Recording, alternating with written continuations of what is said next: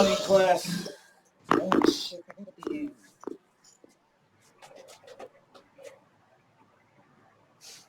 Hope everybody is well, families also.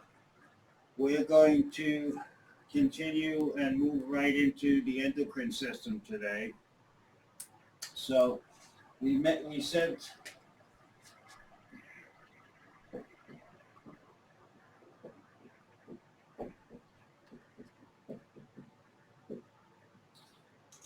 the concept of homeostasis is maintaining the internal environment of the body.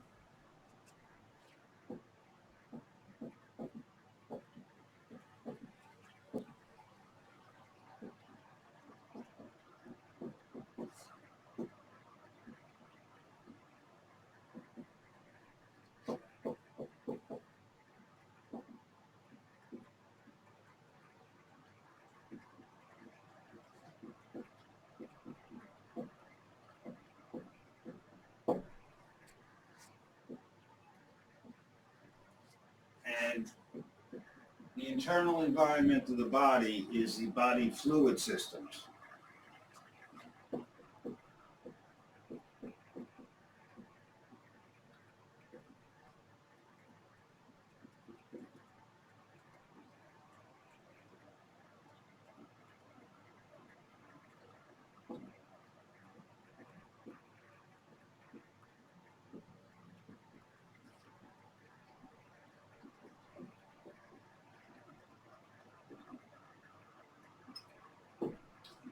So when we have healthy body fluids, and remember when we talked about fluid homeostasis or fluid balance, I spent some time on that. That's the correct amount of total body fluids, the right amount of fluids in the different compartments, the right state or condition of the fluid, such as pH, viscosity, temperature, etc. And also then the right composition of the fluids, the amount of glucose in the fluids, for example, in blood, the amount of potassium, and so forth. So healthy body fluid systems ensure optimally functioning cells. So the goal of homeostasis, once again, I keep saying this, pardon me,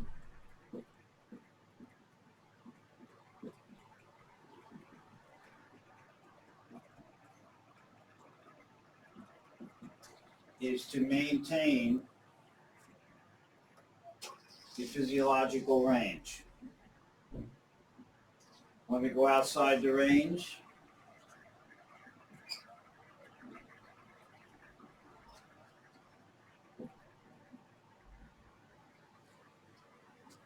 we will have mechanisms. The body has all sorts of homeostatic mechanisms that will attempt to bring or will bring the body back into homeostasis. So if you're outside the physiological range, and I'll of course use, because we're going to be doing the pancreas today, if something goes down, the end result is it comes back up into the normal range. If something goes up, the end result, it comes down into the normal range.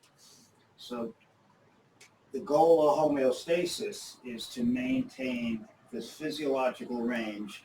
That's where the cells function optimally. That's where all our cells are happy.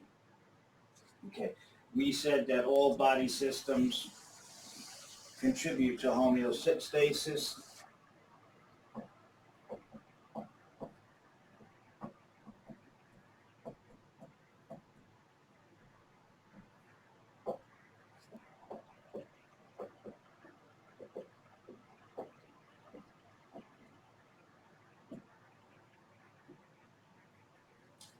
All body systems will contribute to homeostasis, and they do this via a number of many different types of mechanisms.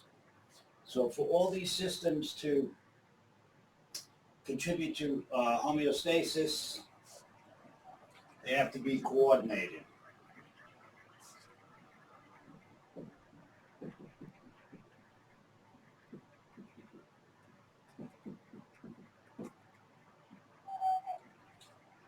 And this coordination and integration is performed by two systems.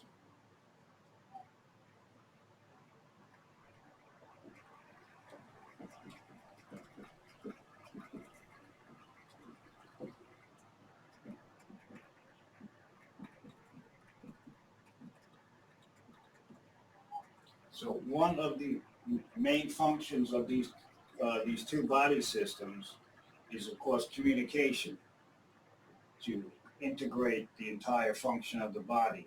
And of course, those two body systems are, number one, the endocrine system,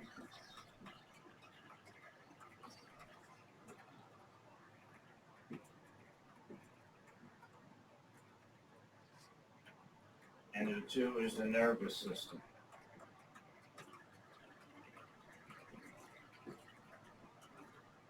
And this is where what we are going to be covering starting today and for the next couple of weeks. All right, so once again, homeostasis, this is from week one and two, the first anatomy one. This is maintaining the internal environment of the body.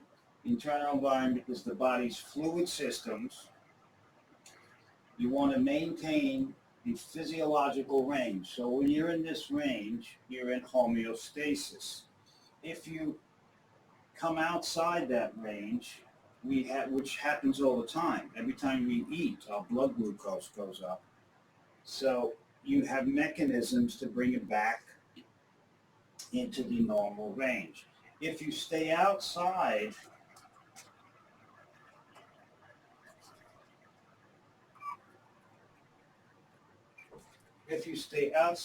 too low or too high and it's not corrected, you're going to start to see signs and symptoms of disease.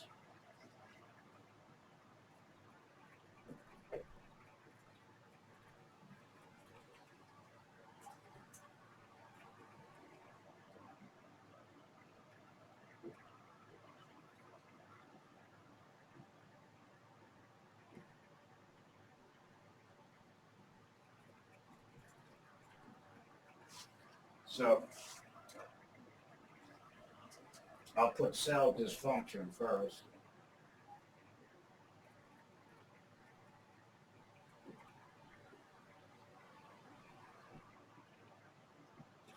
And that, if it's not corrected, it's going to result, of course, in the disease state, which if not corrected, could result in death.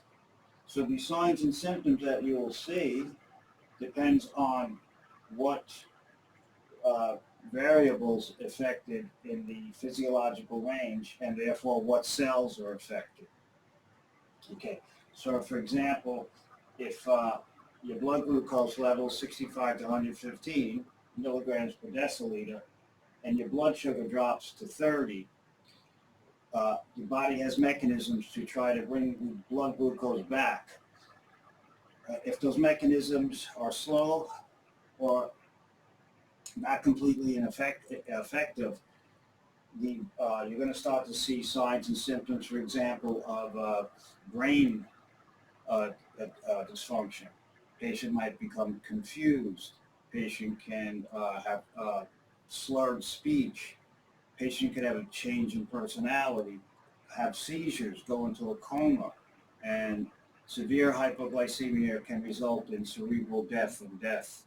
So if you're outside these brackets for too long, bad things are going to happen, and it's sometimes can result in death.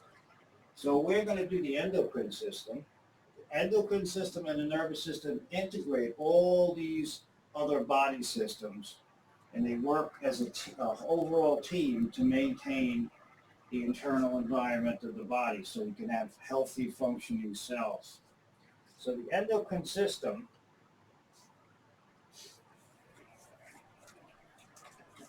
this is going to carry over into some pharmacology too, some of these principles.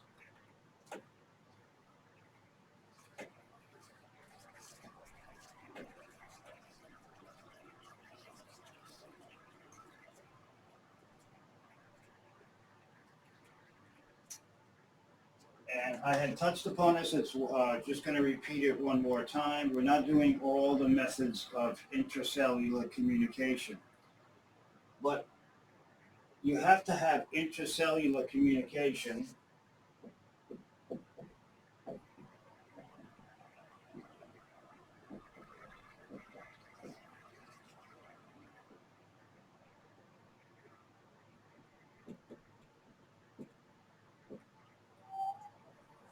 for the body to function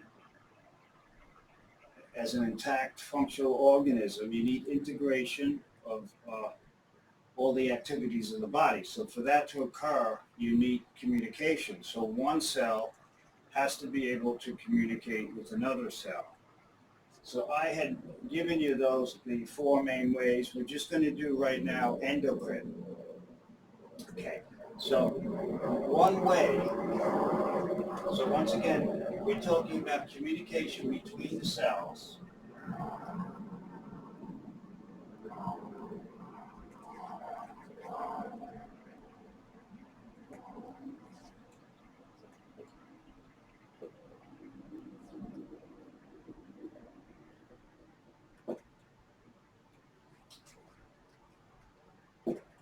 And we need a method to get the message from this cell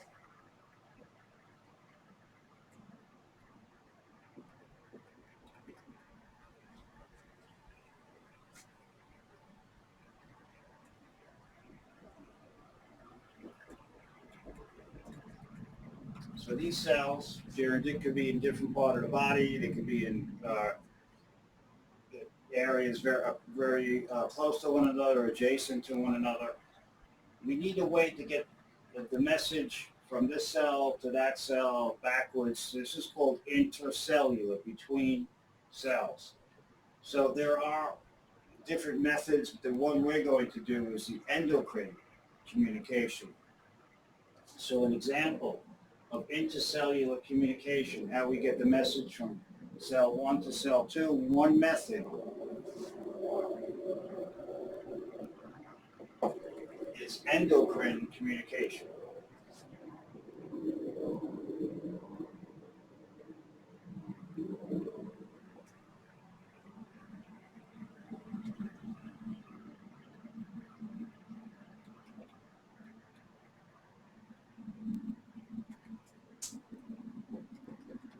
And endocrine communication is we're going to, by how do cells communicate, is by the use of something called hormones.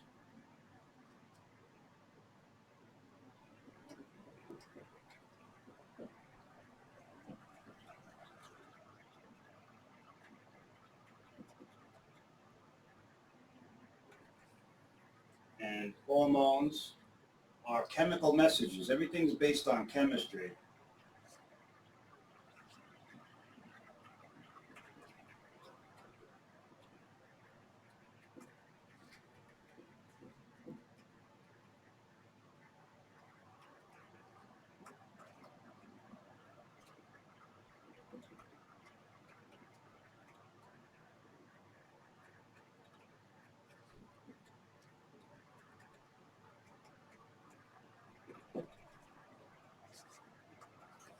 So hormones, and we're going to keep the chemistry part kind of general. So you just know I'm going to give you the chemical classification of hormones, but we're not going to do all the structures and chemical reactions. The chemical messengers, so these chemical messengers are what will influence the activity of another cell. So the hormones, by definition, further definition, hormones are secreted by endocrine glands and endocrine structures, or organs which have endocrine function.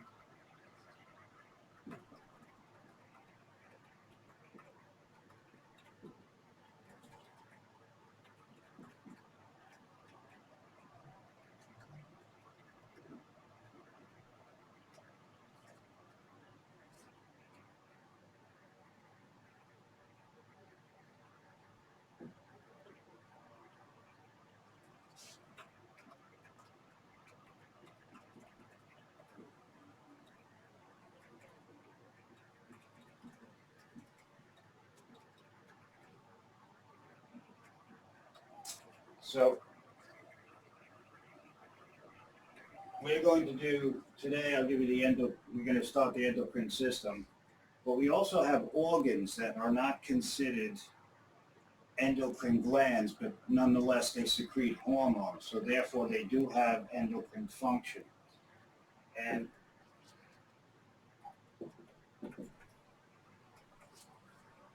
an example would of course be the kidneys, the heart, and so I'll list up a couple of those things today when we begin. So these hormones enter the blood.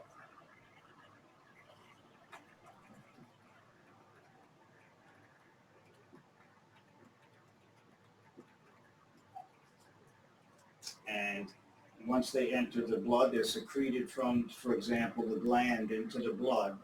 The blood is going to then deliver them or distribute them to the other cells and tissues in the body.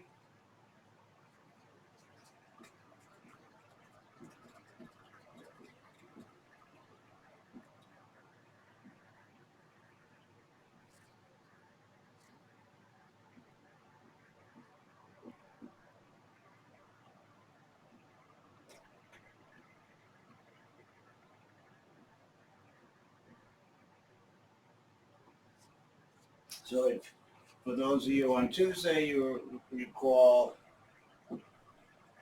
in the phase of, we started our definitions of pharmacology and then some of the subtopics of pharmacology. And the first major subtopic was the pharmacokinetics.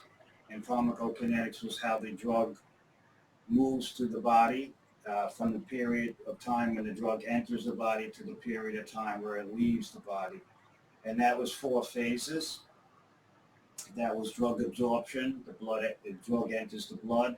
And the second phase was drug distribution. That's when the drug is in the blood and now it's going to be delivered to the cells and tissues. So you can see there's a lot of overlap between when you give a medication and with a hormone, because they're both going to be in the blood and they have to be distributed to these cells and tissues. You have to get to the cell for it to exert its effect. So whether it's a hormone or whether it's a medication that you've just given the patient, it has to get to the cell that it's going to exert its effect on. So this is the basic premise of our endocrine communication. And so overall, for you to have effective homeostasis, you need integrated, coordinated communication between the cells. This is called intercellular communication. So one cell has to be able to communicate with another. One method of intracellular communication is endocrine communication, which uses hormones. Hormones, by the way, crin means to secrete, endo means within. So I'll briefly cover the difference because it's probably a test question on maybe 2 test quiz questions, which we're not ready for a quiz yet, so I'll announce the quiz date this coming week, next week. There is a difference between exocrine glands and endocrine glands. I'll quickly cover that before we start the pancreas. So once again, hormones are chemicals. All hormones are chemicals. They are messengers which control or influence cell activity. They're secreted by glands, which are known as endocrine glands, and the endocrine glands belong to the endocrine system. There's also organs, such as the heart, kidneys, and lots of other organs, but we'll just use the heart and kidneys today as an example, that secrete hormones. But they're not considered endocrine glands, but they're considered to have endocrine function because they release hormones. The hormones will enter the blood and will be distributed or delivered by the blood to the cells and tissues of the body. So I'm going to erase this. By the way, this is being taped, so you'll have the copy of this once it's edited, probably by tomorrow.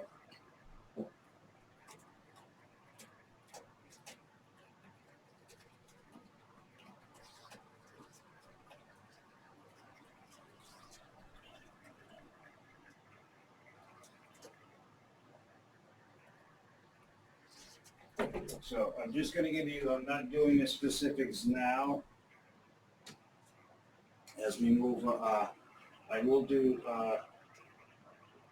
get more specific when we, into this topic when we get to this appropriate area. But for example, here's an example of a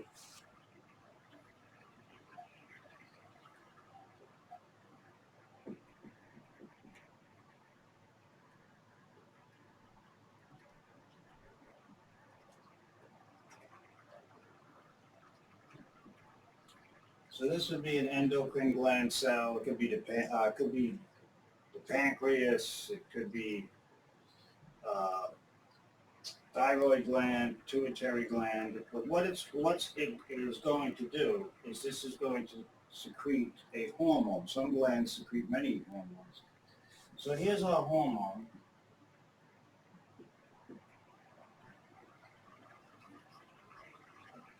And it's going to be secreted.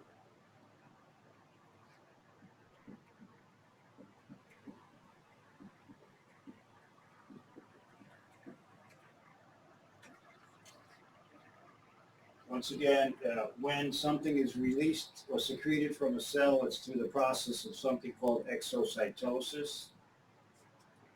I'll write it here quickly before I erase it.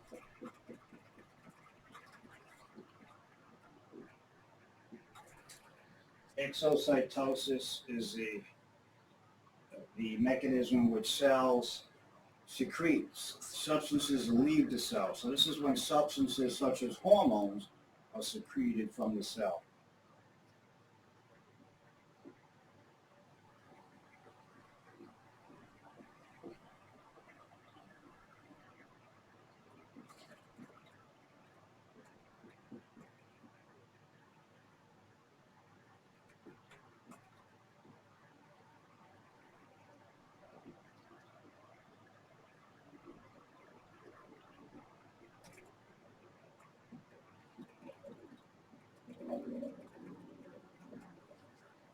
So that process is a general name. It's called exocytosis. So when a substance, even with neurotransmitters, when they're released from neurons, the process is called exocytosis. Very often, exocytosis, it requires calcium.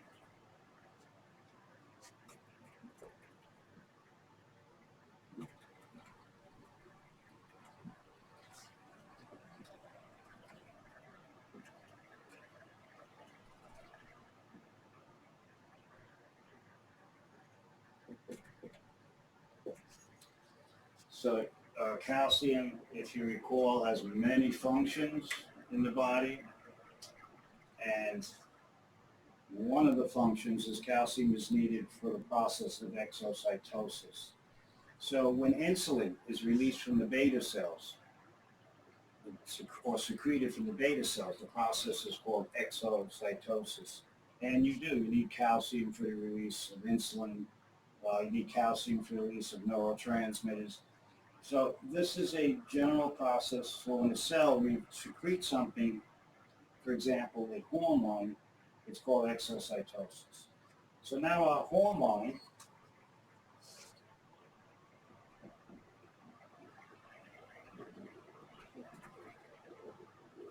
is in the blood, and it depends on the hormone. The hormone very often has to be attached to a transport protein, which we're not going to worry about that now. And this hormone is going to travel in the blood. It's going to be distributed. Okay. And actually, now we'll hold off on that. So I'm going to erase exocytosis. These are when substances such as hormones, substances such as neurotransmitters are released from the cells. This process often requires the electrolyte calcium. So we're going to release this.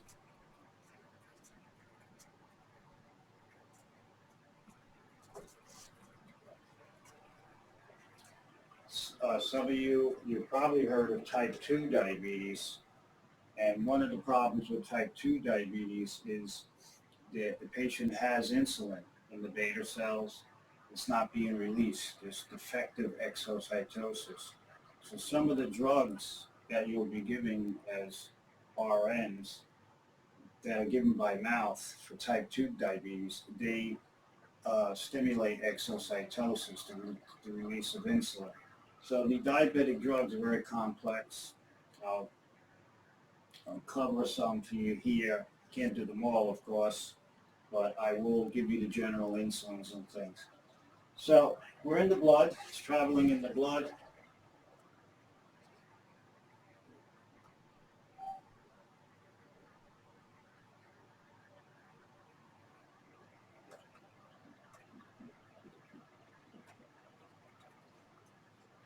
And there is cell number 2. And of course, it has to leave the blood. So actually, I will do this.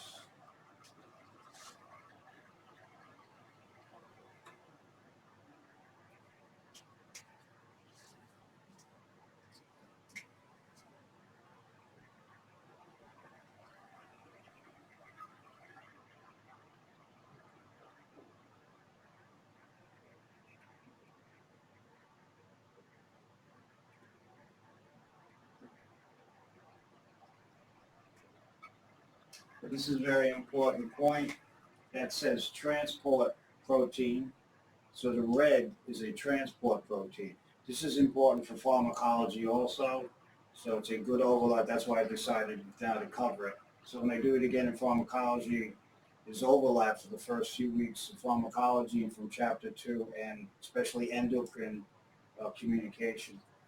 So we have to get this hormone has to be transported. Some of the hormones are relatively insoluble in the blood, so they need a transport mechanism. So you have a transport protein, and this transport protein, you got to get, this is in the blood, so it's got to leave the blood. So here's the point where it leaves the blood.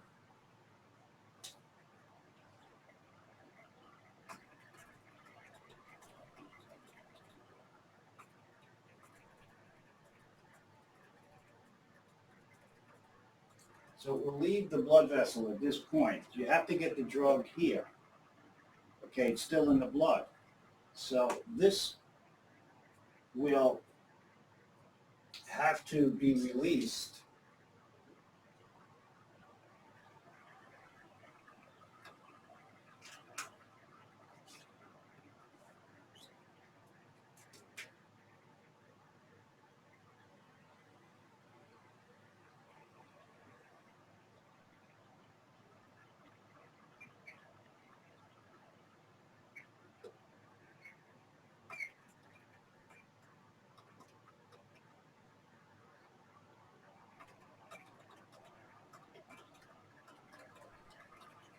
So the transport protein has now done its job. It's got to the area of the body where the hormone or the drug. When I erase this, I'll do this again for you with the drug. So now you have the free hormone. It's the free hormone that has to get out of the blood and into the bind to the cell. So this is now the free hormone.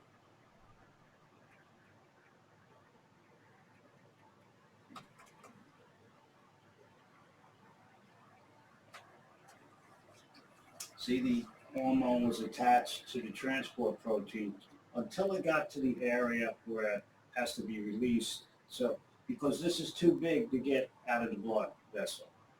So now you got this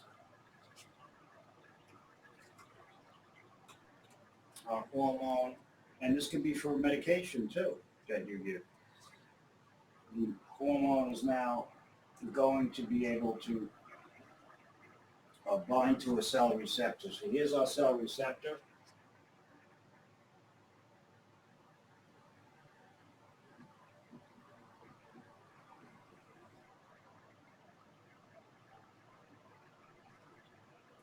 And we're not worried about what type of receptor now, but this is very important for pharmacology also. And this hormone will bind to that cell receptor.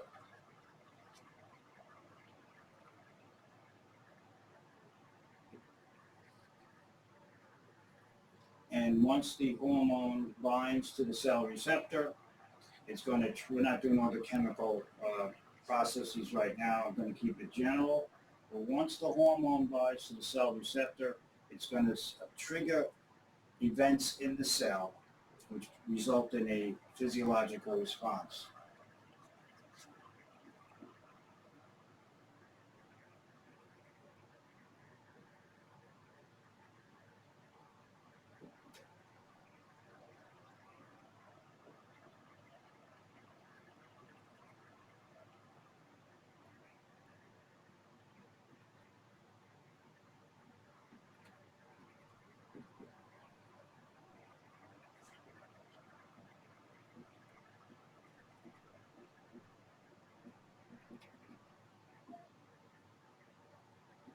So that hormone will cause that cell to do something or not do something.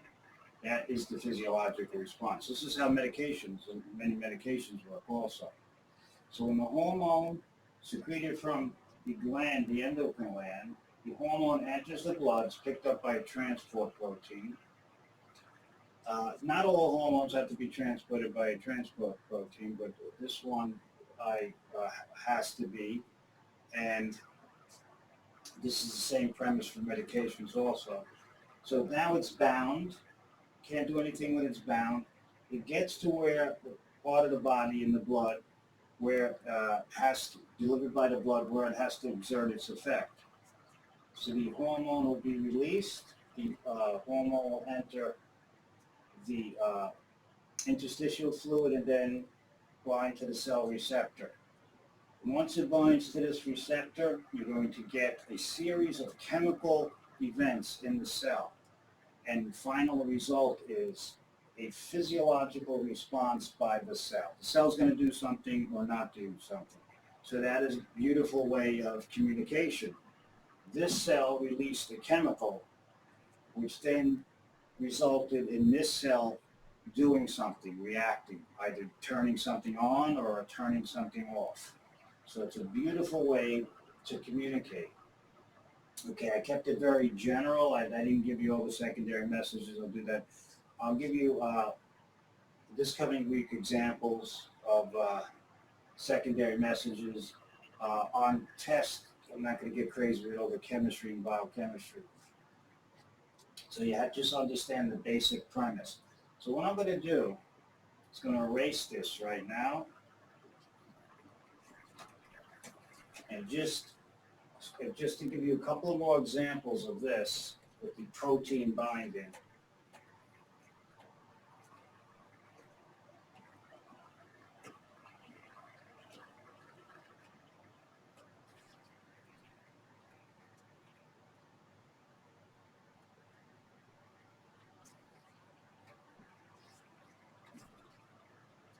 Okay, so we're going to do a key point.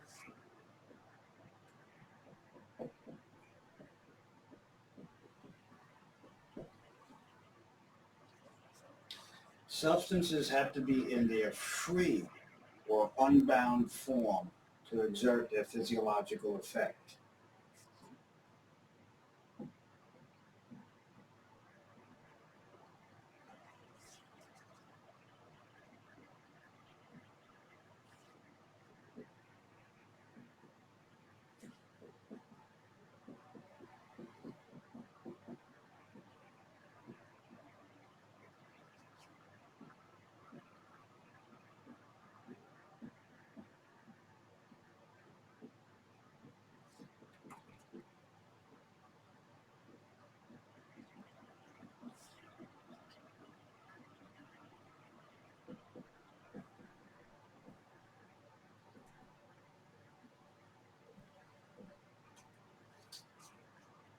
So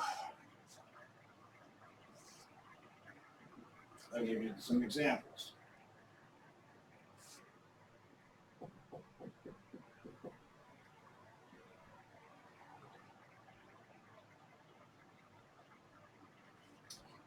we'll use this. This is a transport protein called albumin.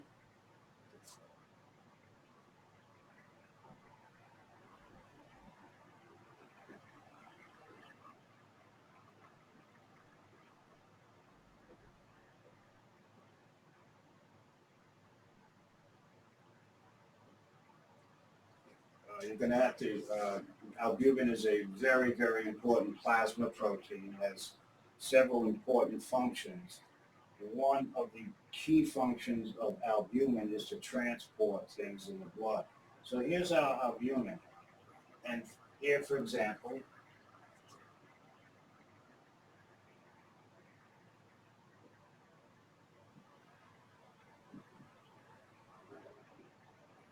would be a drug that you've just given.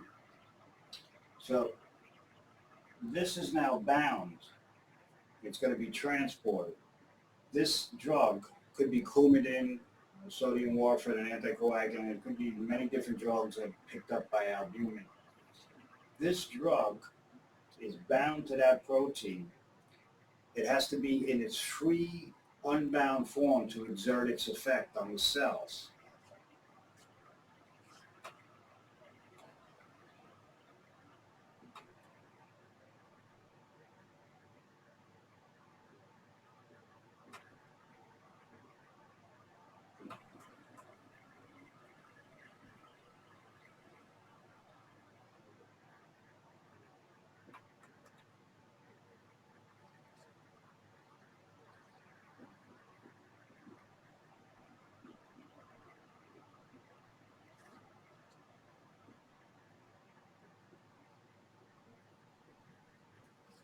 So for this drug to exert its physiological effect on the cell, it has to be in its free or unbound form. So here's the albumin. I'm not going to keep drawing this, but here's,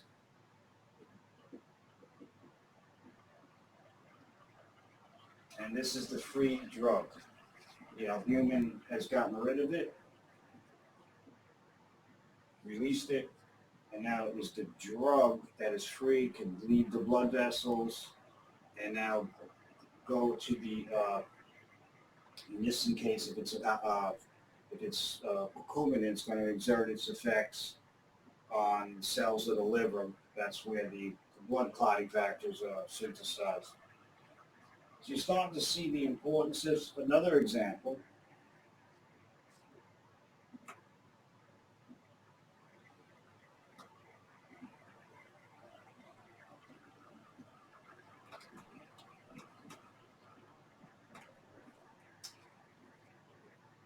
Albumin can bind calcium. In this form, calcium is not going to do anything. Calcium is needed for muscle contraction. Now calcium is needed for blood clotting, exocytosis. So for calcium to do anything that it's supposed to do, it has to be released. It has to be in its free,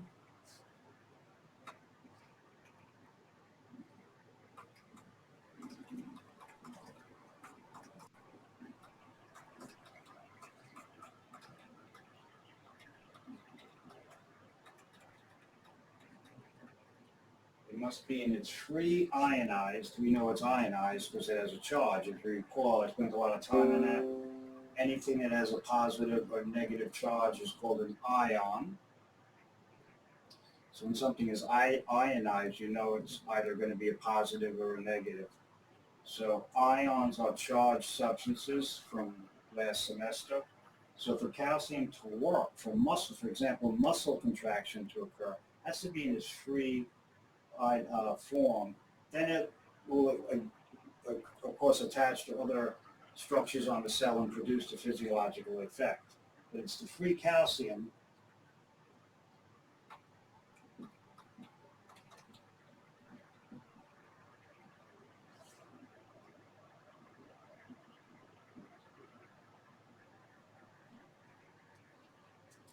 that will produce the physiological effect.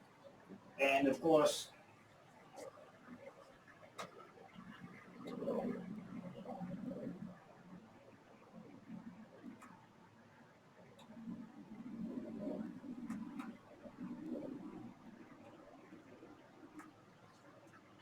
Here's our albumin again, and here's a hormone. That hormone is not going to do anything unless it's free and unbound.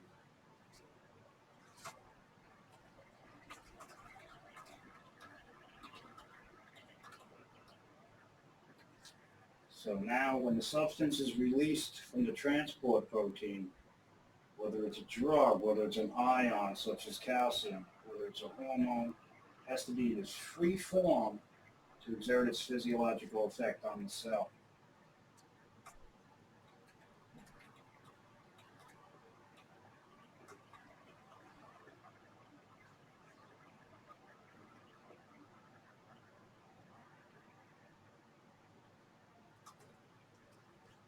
So these are some, the key point here. I'm going to give you another key example,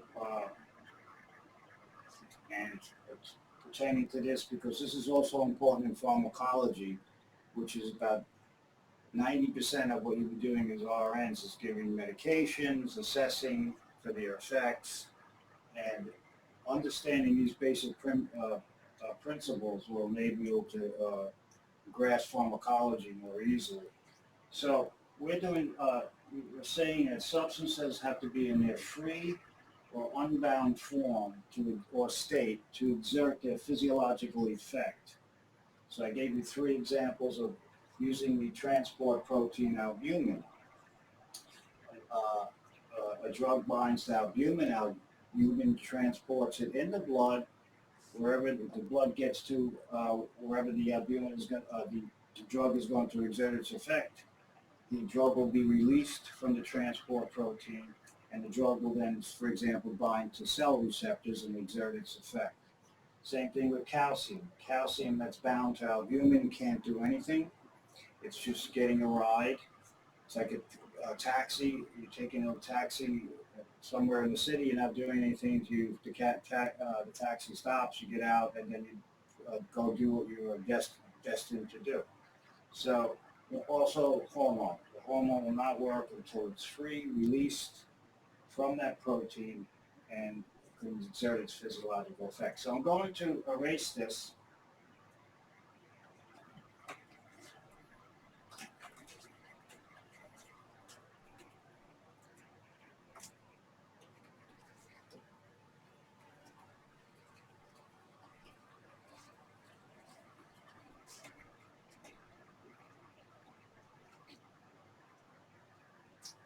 And just so you see this, the importance of this, for example, with medications, once again, here's our albumin.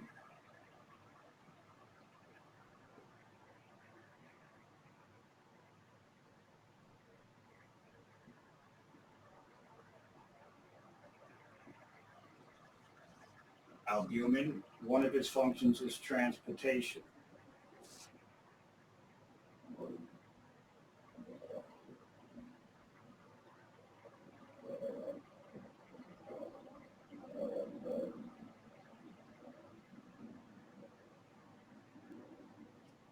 So I'm not drawing thousands of albumin molecules, but I want you to see this is not just one molecule, molecular complex in the blood. There's many. So here's our drug. You gave a drug. It binds to albumin. And that is going to be transported somewhere to when the drug is released. Okay. So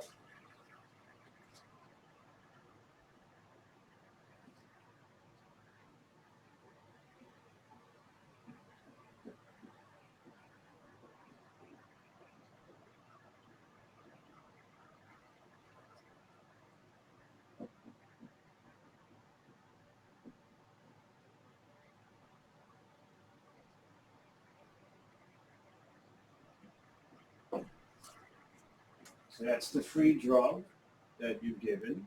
And I'll give you an example in a minute, but now there's a drug that exerts its physiological effect. But now the patient is given another drug.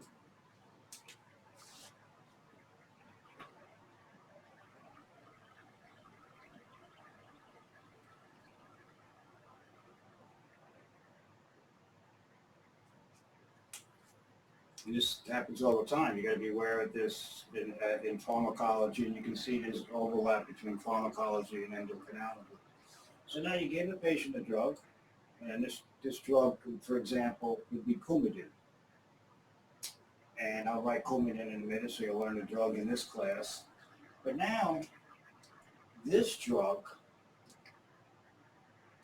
has the ability to knock the Coumadin off the protein. You can displace it off the protein. So this drug can displace drug number one. So I'll put, if you want, drug number one, and this is drug number two. So now what do we have? We have a situation where when you take drug number one and take drug number two might displace drug number one in its free form, but now that means you're going to have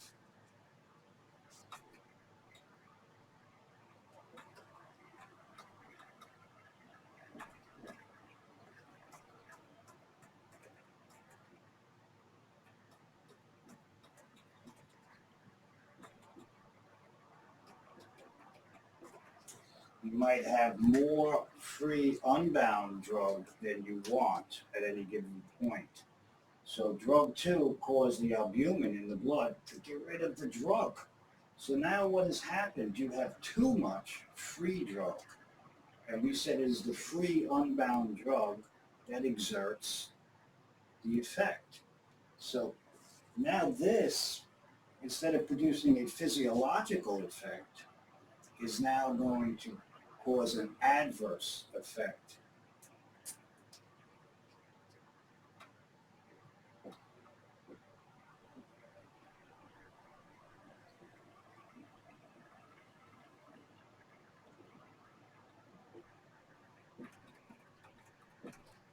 And that adverse effect, you have too much Coumadin.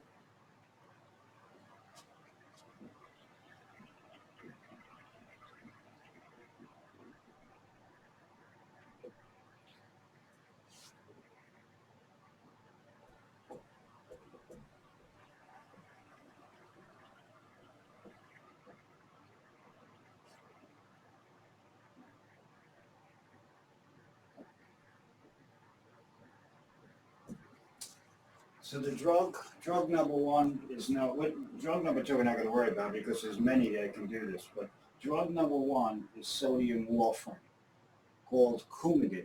You're going to be given this drug often. It is an anticoagulant.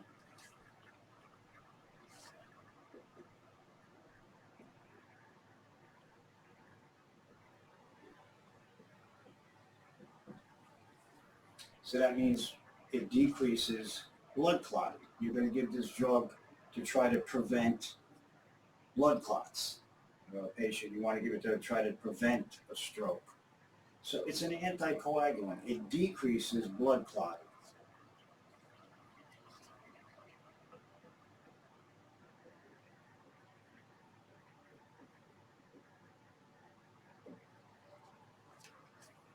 Okay, it's used all the time. So remember, when you give a drug that's an anticoagulant, key point, always stop, think.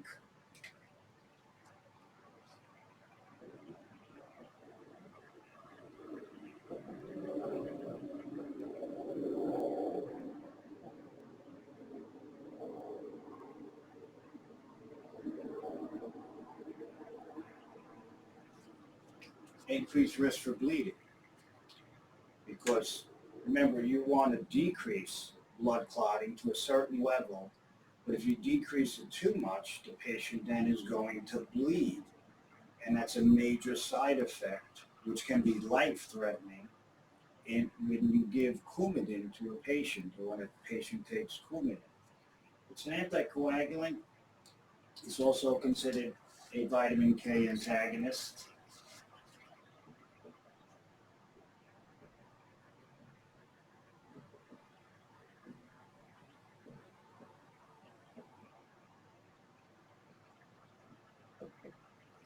So that means it decreases the activity of vitamin K. For those of you who forgot what vitamin K is needed for,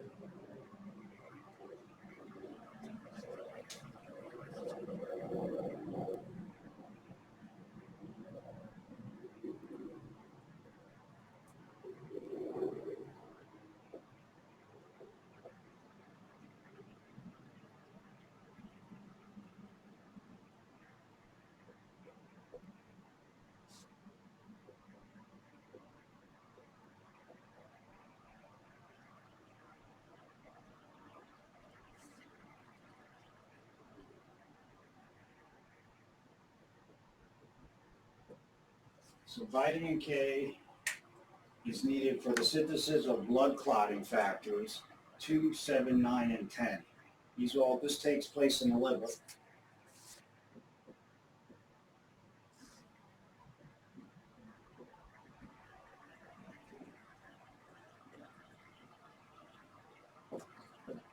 The liver makes the clotting proteins, all of them, and then endothelial cells also make some other ones. We're not going to worry about that yet. So if you stop vitamin K from working, if you give a drug that antagonizes vitamin K, what's going to happen? You're going to decrease the amount of these clotting factors. Therefore, you're going to decrease blood clotting. That's what you want. That's why you're giving the drug. But if too much of the drug is given, the patient takes too much. That's why they require constant monitoring. Or if the patient unknowingly takes another medication, or the physician or nurse practitioner prescribes another medication that can knock coumadin off. In other words, you don't want this much coumadin, free coumadin. Okay, it has to circulate in the system for all of a sudden the patient takes another drug and knocks the coumadin off, and it's now in its free form.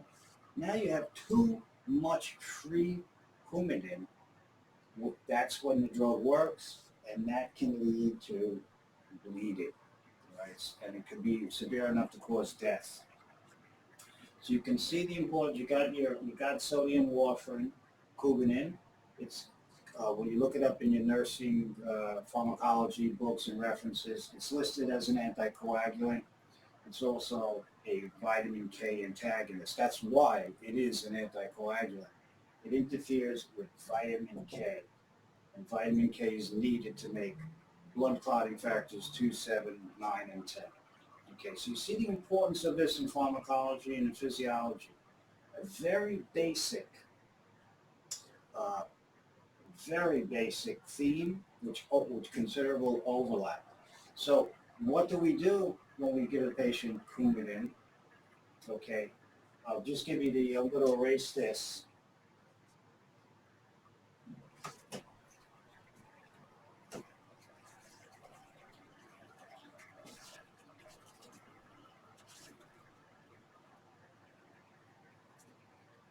To prevent or try to reduce the risk of bleeding, you must monitor coumadin.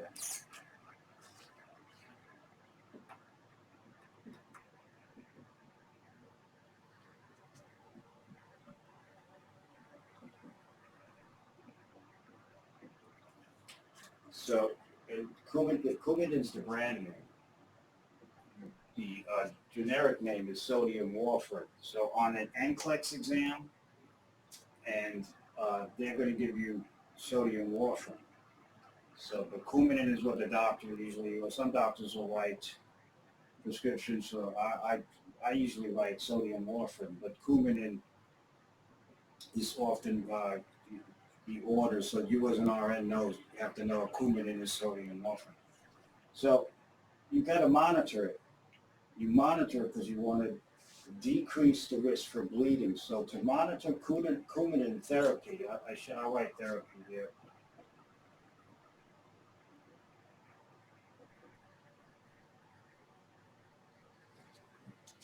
To monitor when the patient's on coumadin, they have to have blood tests.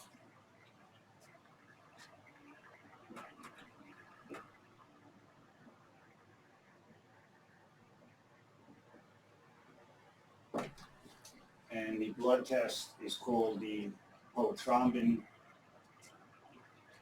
It's actually abbreviated PTINR, and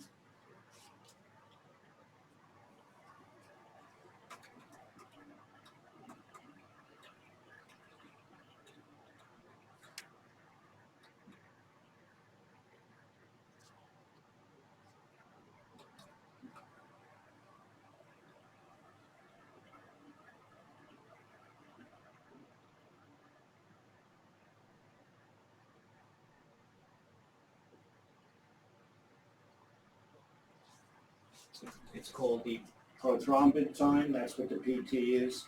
And the INR stands for the International Normalized Ratio. I'm giving it to you here because you're getting it again in pharmacology, and you're getting this again this semester in this course when I do blood in the heart and the clotting pathways. So you're going to have to know this anyway. And this is hot. This is commonly prescribed drug. Coumadin, before we get off it, is a category X drug. It can't be given to pregnant women. It's teratogenic.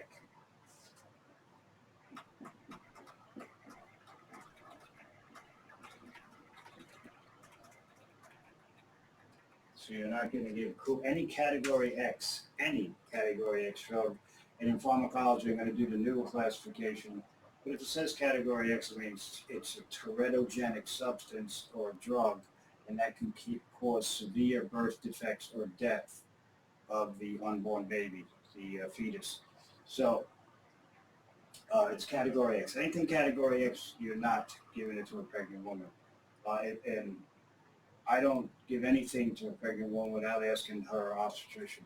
So I don't, because drugs are touchy. Some people have hyper or allergic, have idiosyncratic reactions to the drug. So I let the OB/GYN specialist take care of that. So we're going to get back to that, and I'm going to show you how to titrate and with this. But you have to start getting exposed to meds and knowing meds do good things, medications. In this case, Coumadin decreases blood clotting because you want to prevent a clot.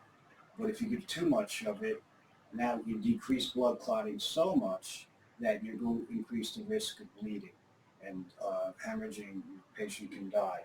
So Coumadin is a double-sided coin where you can get your therapeutic effect or you can get your adverse effect, which is bleeding.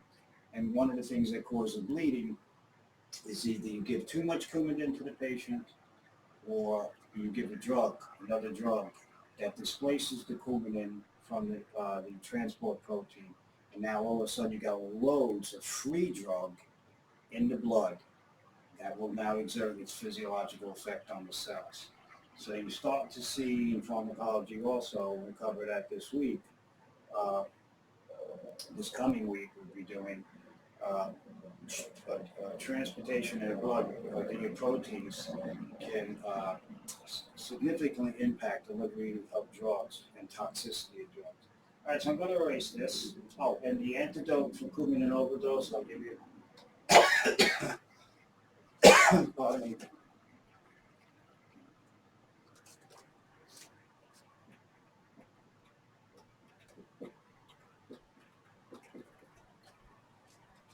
So say the patient took another drug and didn't tell the doctor, and all of a sudden they start bleeding. So what I mean by bleeding,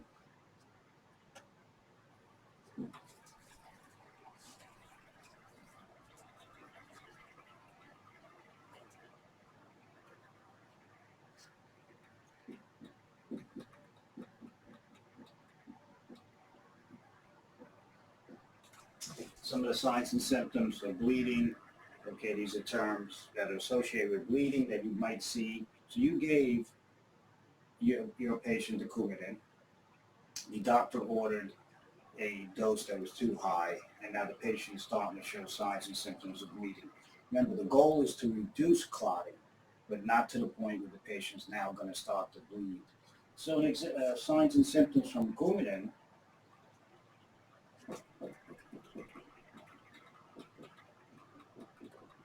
epistaxis, which is nosebleeds.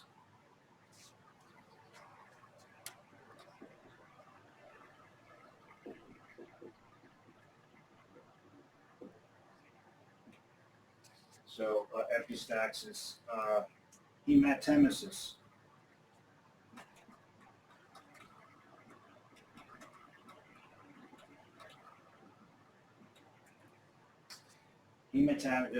There's other causes for these, but the Coumadin, because it decreases blood coagulation, can lead to bleeding. But there are many causes for epistaxis, but these are associated with bleeding. Uh, Hematemesis is the vomiting of blood.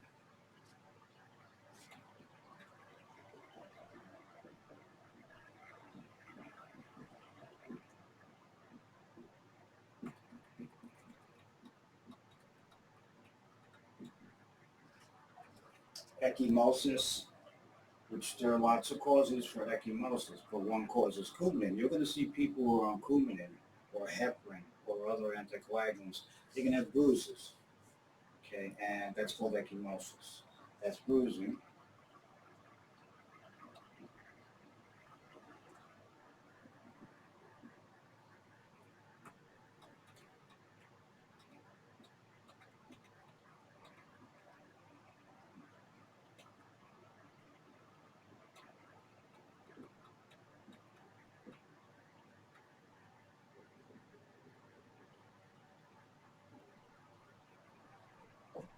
Uralgia,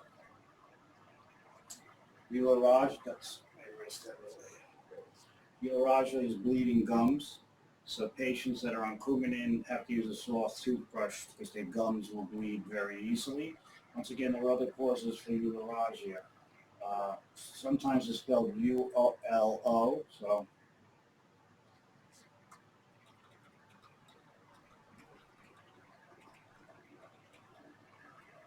And I'll give you one more. There's others. We'll do that when we do blood. Hematuria.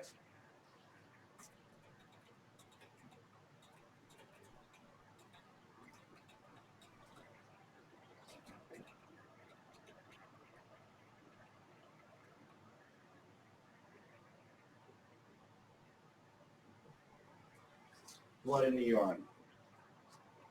Now uh, you could have hematuria and the urine could look fine. You could have something called macroscopic hematuria where actually the blood is red, or you could have microscopic hematuria where you don't see blood, but when you check under the microscope, there's red blood cells.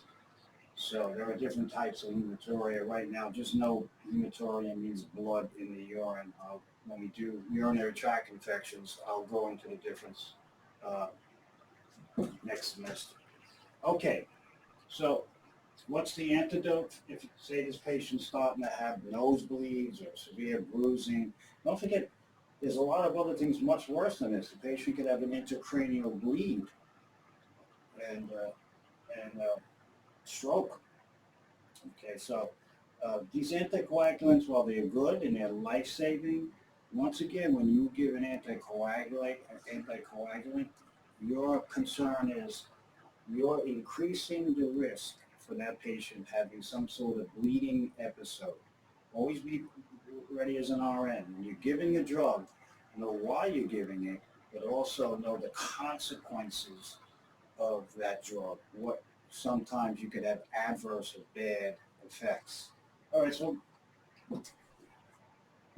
just going to give you one more example because it's very common. So I'm going to erase this.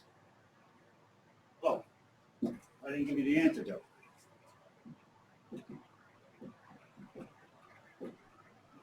The first thing, I'm not going to give you all the antidotes, but I'll give you the ones I'll ask you at the end club. The first thing you can give is vitamin K.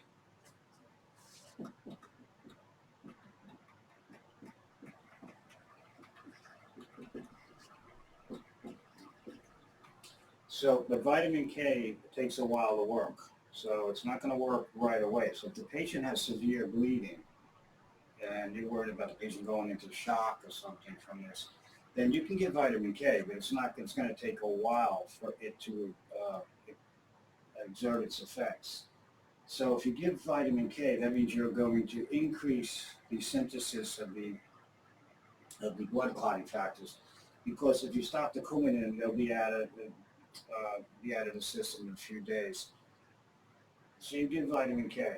But if you want to stop this bleeding as soon as possible, you can give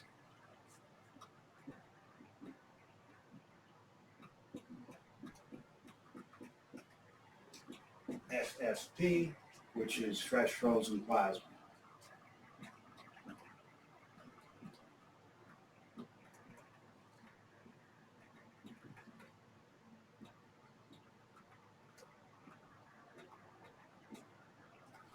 And why would you give fresh frozen plasma?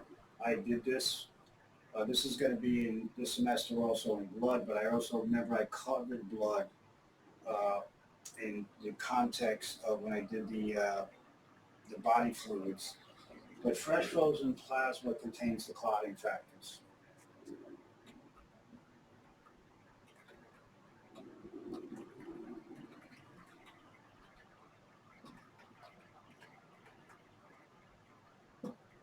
So that would make sense. You would give plasma because then you give the patient the clotting factors and the blood will start to decrease the anticoagulant effect. So these are two antidotes for coumadin, too much coumadin, to stop or reverse the bleeding: vitamin K and fresh frozen plasma. Remember, all newborn babies get an injection of vitamin K in their vastus lateralis because our GI tract, the bacteria, some of the bacteria in our bowel make vitamin K. But a child at newborn, their bowels are normally sterile because they don't use the GI system. So when they're born, some of them might be, if it's a traumatic birth or difficult birth, they might display ecchymosis, intracranial bleeding, because they don't have any vitamin K. So all newborn babies within 6 to 8 hours of birth in the nursery will get an injection into their chubby little legs, the vastus lateralis. Right?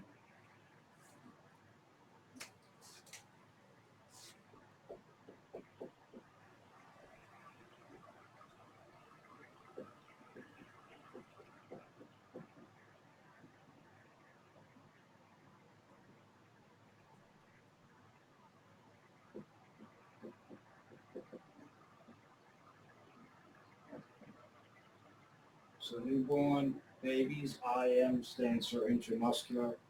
All newborns will get an injection of vitamin K, and the muscle you use in children that are not walking yet is always for IM injections, will be the vastus lateralis muscle.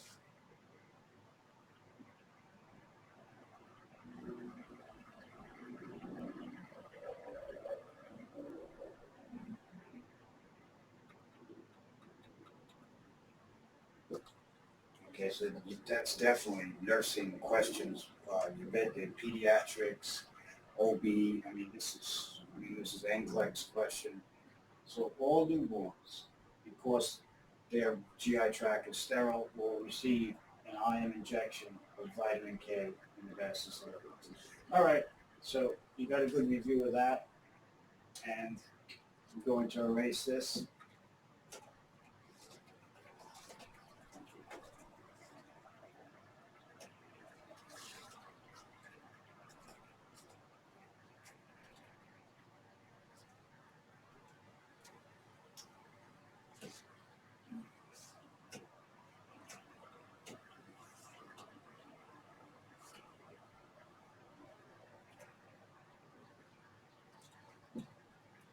As a matter of fact, I think this coming week I'll do a couple of med calculations. We'll use Coumadin. Coumadin is always given by mouth, so we're going to give Coumadin pills in milligrams, and then I'll show you how to calculate. If you don't already, if you know it, then it's good. It's just practice. So we'll start showing you how to do your drug calculations. But here's one last example of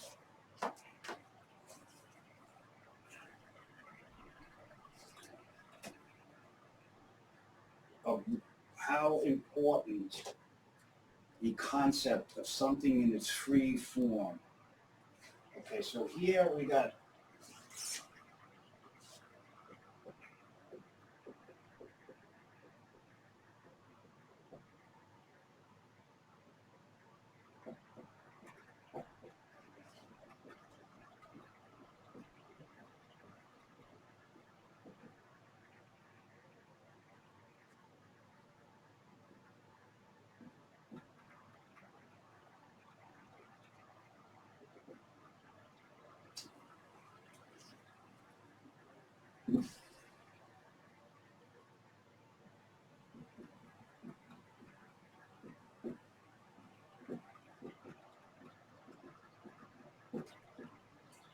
this is a bacteria. Now, for this course, I just want you, I'm doing, you're just supposed to remember the concept of the free form. So this is next semester when you get me for infectious disease. But this is a bacteria called Clostridium botulinum. This is the genus name, this is the species name, this is how you name bacteria. So on any test for this semester, I'm not going to start asking you what organism, I'll give you the organism. And I want you, and I'm telling you now what the organism does. It secretes a toxin.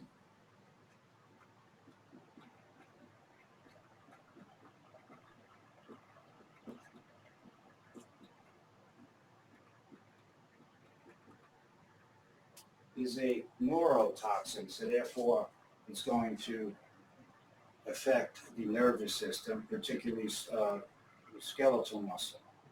So this neurotoxin produces a condition, is the cause of a disease called botulism.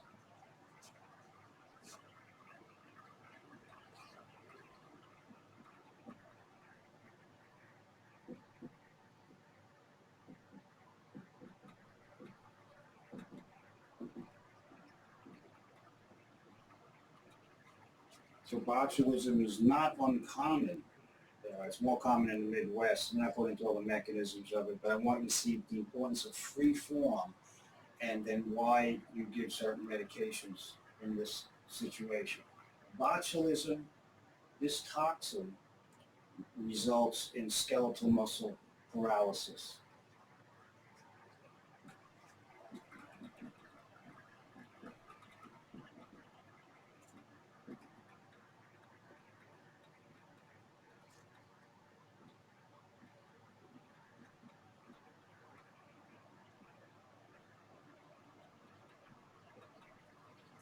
So the patient can die. Remember, the diaphragm is the main respiratory muscle, the muscle of breathing in.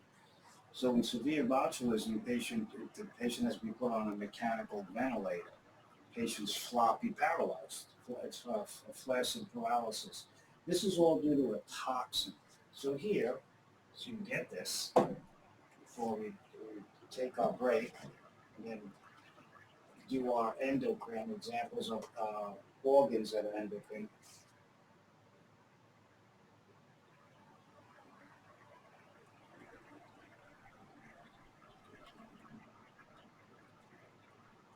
Here's our bacteria, Clostridium botulinum.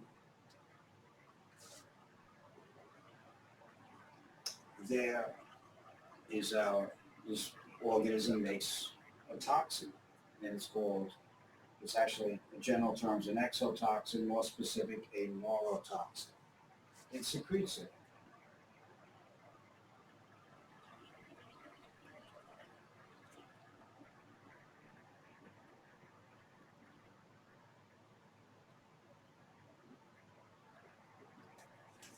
This toxin will then, in its free form,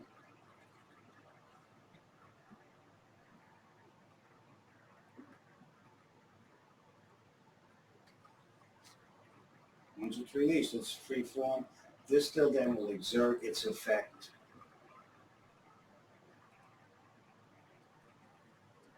and cause skeletal muscle paralysis. So you see the key point here is in its free form. Now, before we take our break, I'll erase it. I'm just going to erase this up here. So once again, the bacteria here is called Clostridium botulinum. The first, all bacteria are named, the taxonomic classification is two names, the genus and the species. This is the genus name, this is the species name. This bacteria secretes a toxin, a neurotoxin that causes botulism. And this results in skeletal muscle paralysis. So here the bacteria releases it. Here's the free form, the toxin, and it's going to work on skeletal muscle and exert a negative effect. So the treatments, I'm not doing all the treatments, but I want you to see why you give certain things.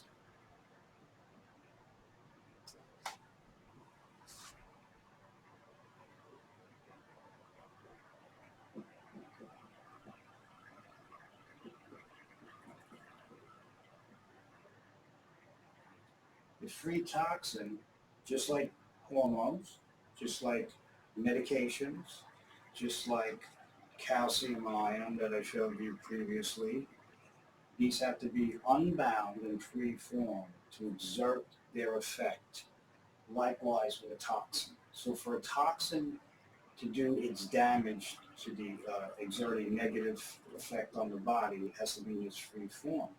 So one of the treatments for this, of course, would be giving the antibiotic to kill the bacteria, but that's not doing anything for the toxin. The toxin's still going to exert its effect. You kill the bacteria, you got even more toxin out.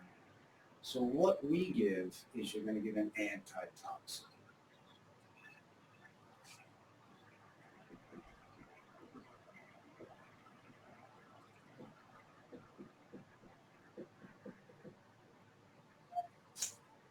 And we'll do this in infectious disease and microbiology next semester. What is an antitoxin when you're giving an antitoxin to a patient as a future RN? You're giving the patient an antibody.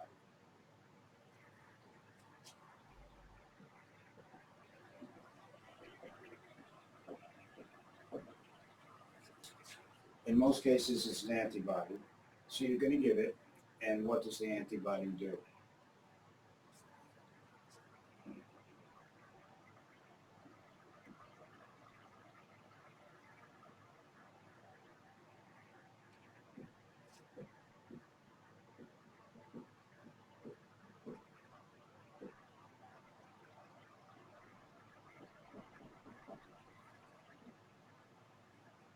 Antibody that you're just giving your patient, okay, will bind the toxin. So the antibody, and as soon as that happens, it's not in its free form anymore. Now this can be cleared by the body. So the antibody will bind the toxin and neutralize it.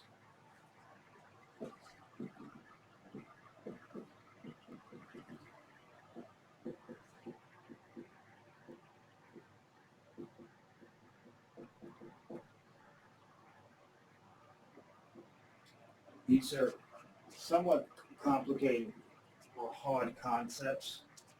I kept it kind of general, but if you start to get these concepts down, review them, it's going to make your life much easier in pharmacology.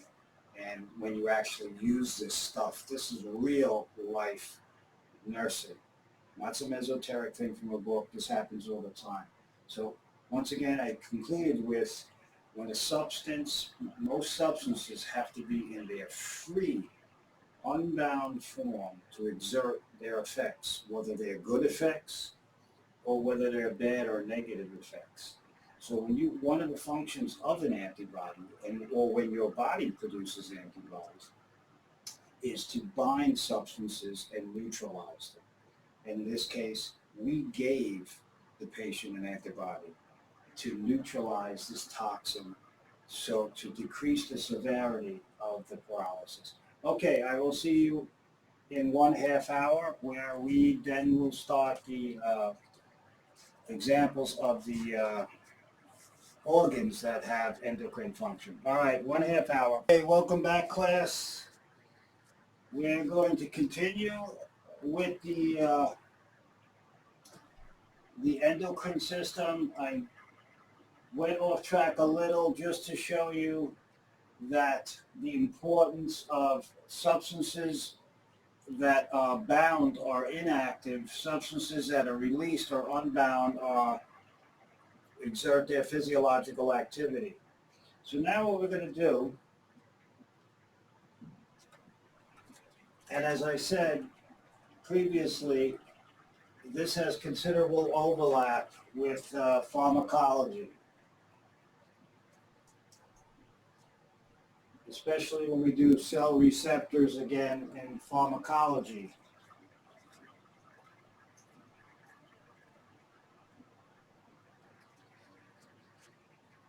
For a hormone to work, for a medication to work, for substance, any substance that has to exert its effect on the cell, it has to bind to a cell receptor, whether it's on the cell membrane or within the cell. So what we're going to do now is we're going to start the endocrine system.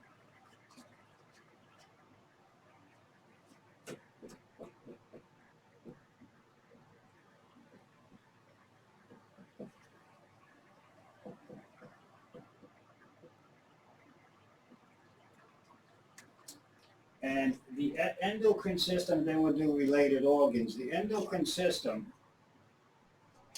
consists of endocrine glands,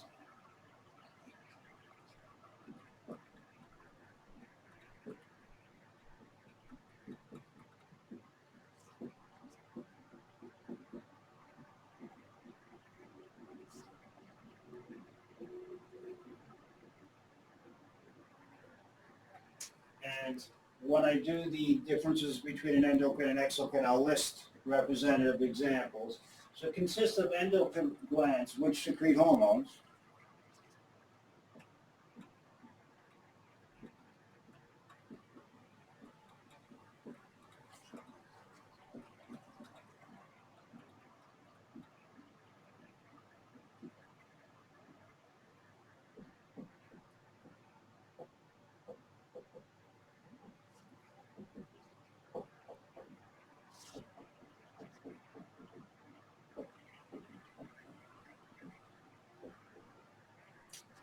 the word hormone is actually derived from the Greek word hormone, which is means to set in motion, and that's exactly what hormones do.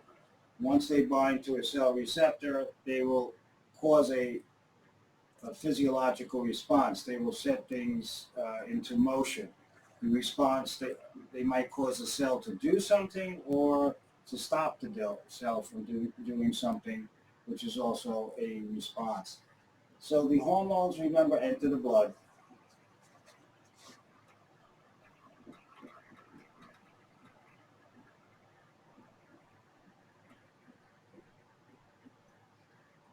Okay, we're all going to also, there's also going to be endocrine organs,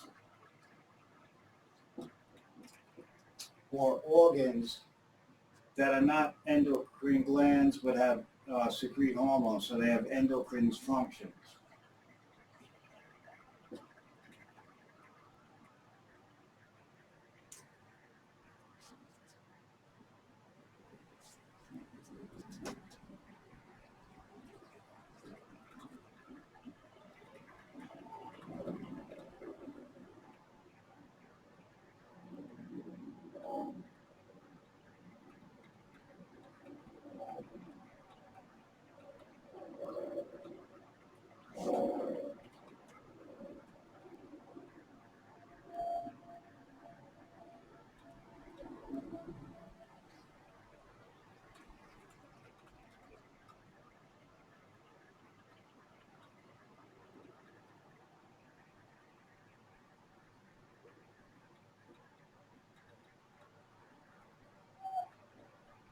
So some organs, while not endocrine glands, do have endocrine functions, and therefore they can secrete hormones. I'll give you the examples.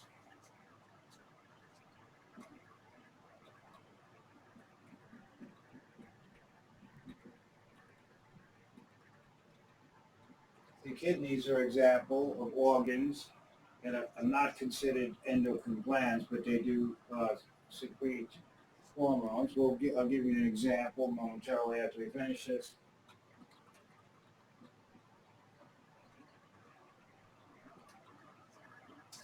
The heart also, while its chief function is to pump blood, it also secretes hormones. And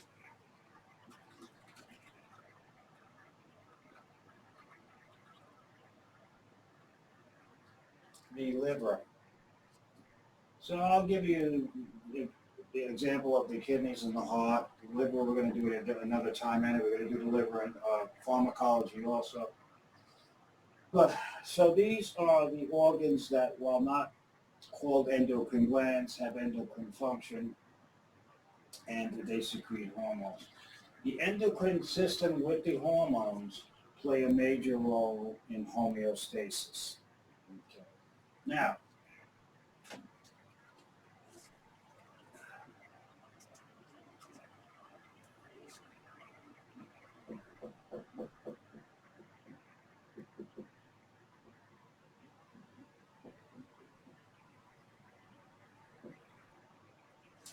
exocrine glands. I'm going to give you an example of the endocrine glands in a moment.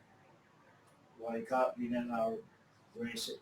Exocrine glands do not secrete hormones, so they're not part of the endocrine system.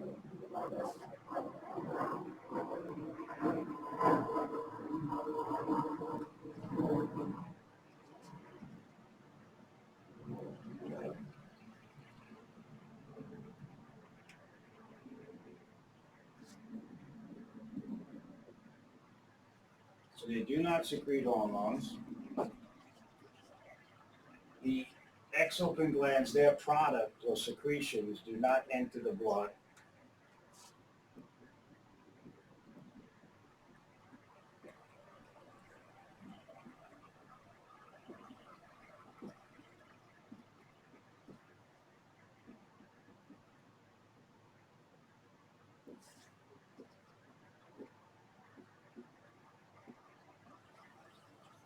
So they do not enter the blood. Their secretions or products, unlike the endocrine secretions, which are hormones, and enter the blood, the exocrine gland secretions do not, you don't want them in the blood actually. These secretions do not enter the blood. They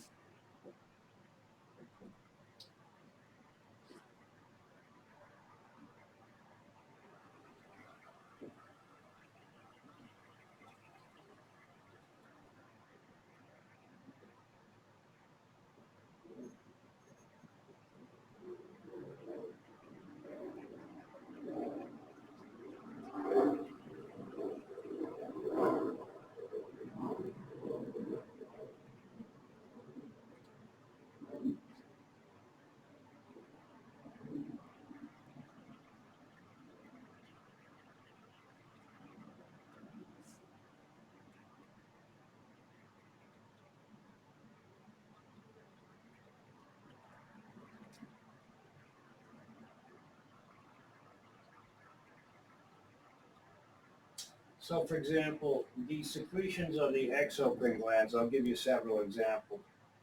They are secreted onto body surfaces such as sweat, the surface organs, body cavities, the serous secretions, the lumens of hollow organs like digestive enzymes into the intestines.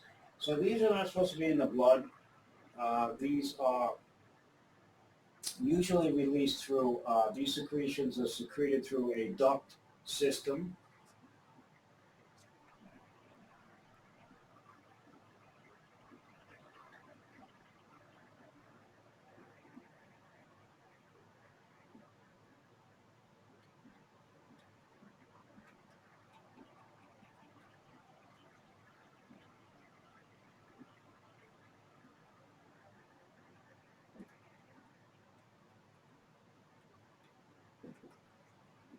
And the ductus is the tubular passageway from the gland onto the surface, for example, the skin.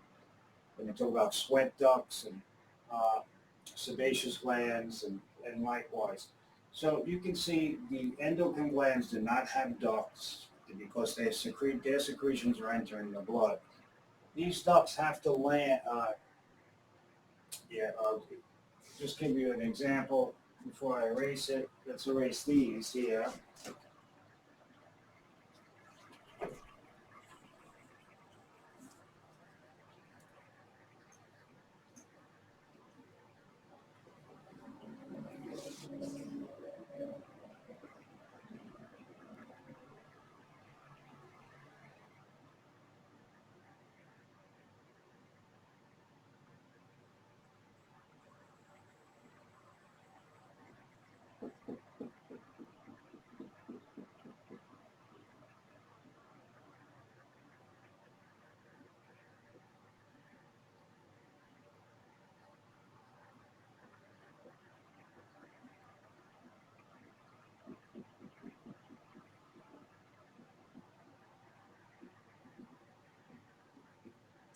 So this is a simple drawing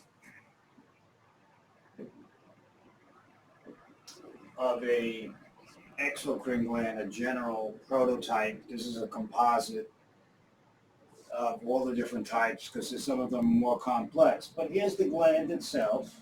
Here's the duct. We just made it have one duct. And here's the surface of whatever it's going to secrete it on into the lumen or something. So with this gland, this is an exocrine gland. The secretion, these cells here are going to, in the gland, are going to make the secretion.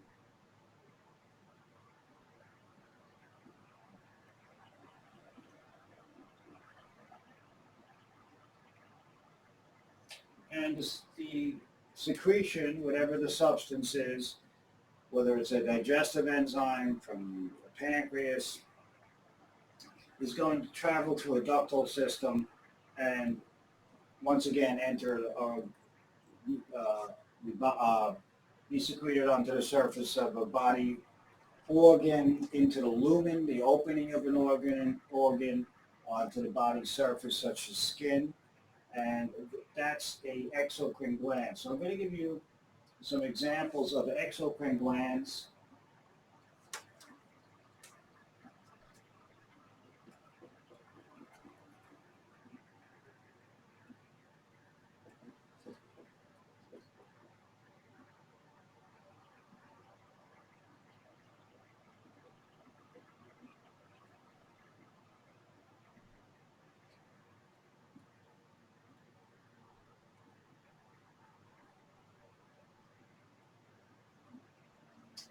The first example would be sweat glands. There are several types of sweat glands. The nature of sweat is also different. We're not worrying about that now. I'll do that in microbiology.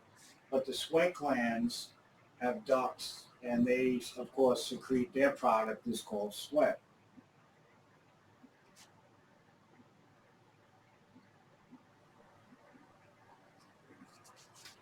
Another example of the exocrine gland, which does not secrete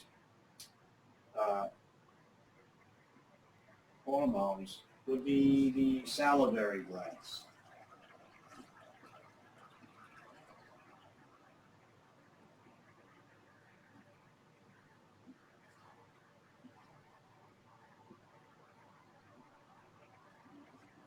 They produce saliva, and so what saliva is produced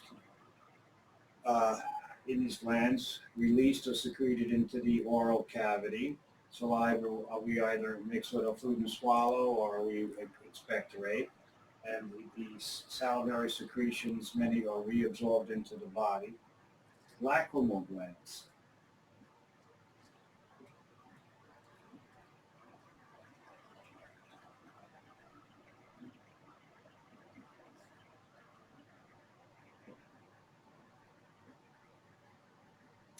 And the lacrimal glands produce tears. And once again, the tears are secreted from the glands into ducts and onto the surface of the eye. So these are some examples of exocrine glands.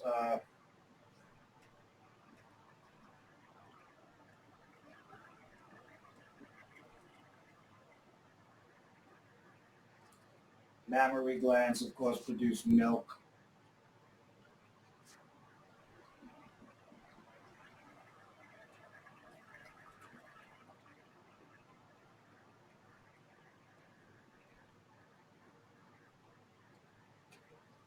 Sebaceous glands produce a product. These are prominent on the, of course, on the skin, but especially in the face, forehead, neck area. These are called sebaceous glands, and they secrete a product called sebum.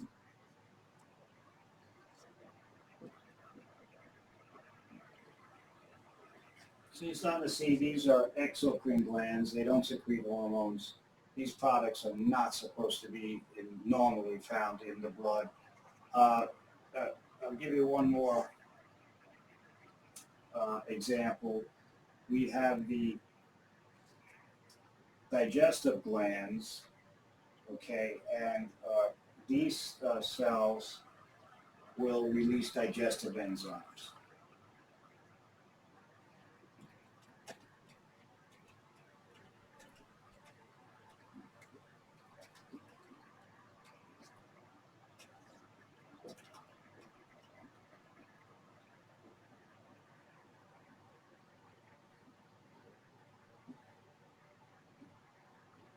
So the digestive enzymes will be secreted into your intestines. And so these are some examples. There are more mucus glands. Give me one more mucus glands.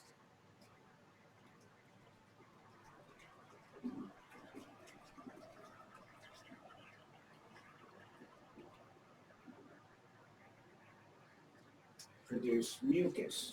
And these are all very important. And you will be giving medications that will interfere with the function, either in a good way or a bad way, with many of these glands. So these are, I'll give you one more.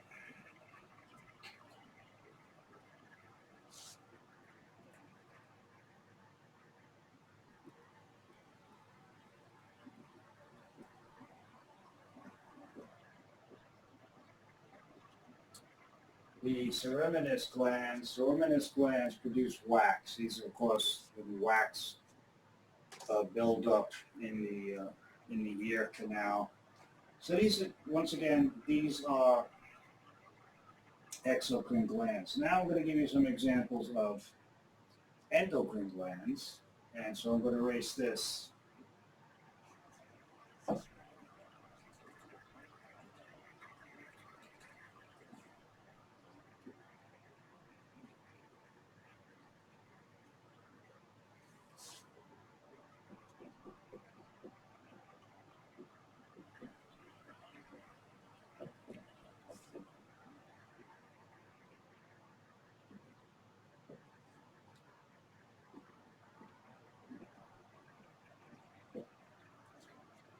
So remember, endocrine glands secrete hormones.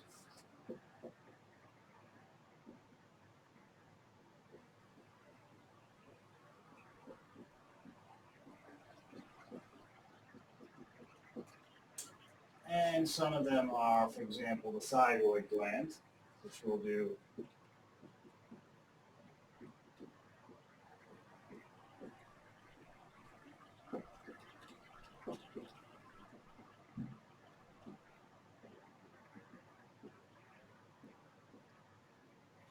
Pituitary gland.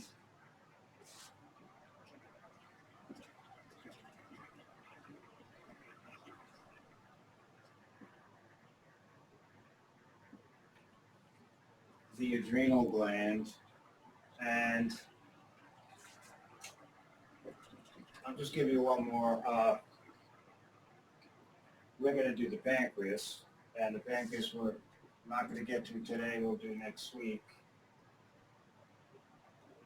But the key thing about the pancreas is the pancreas is both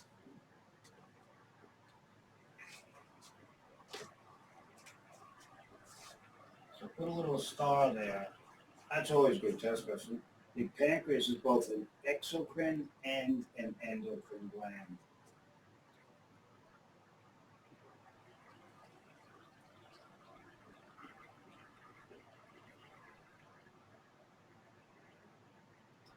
reason why it's an exocrine gland is because it secretes digestive enzymes.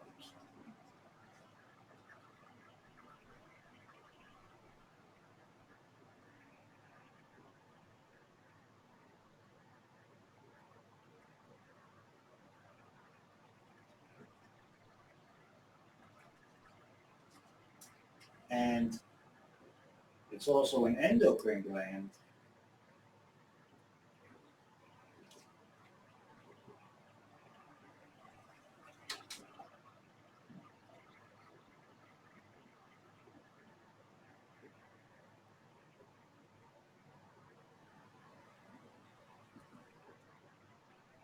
because it secretes hormones.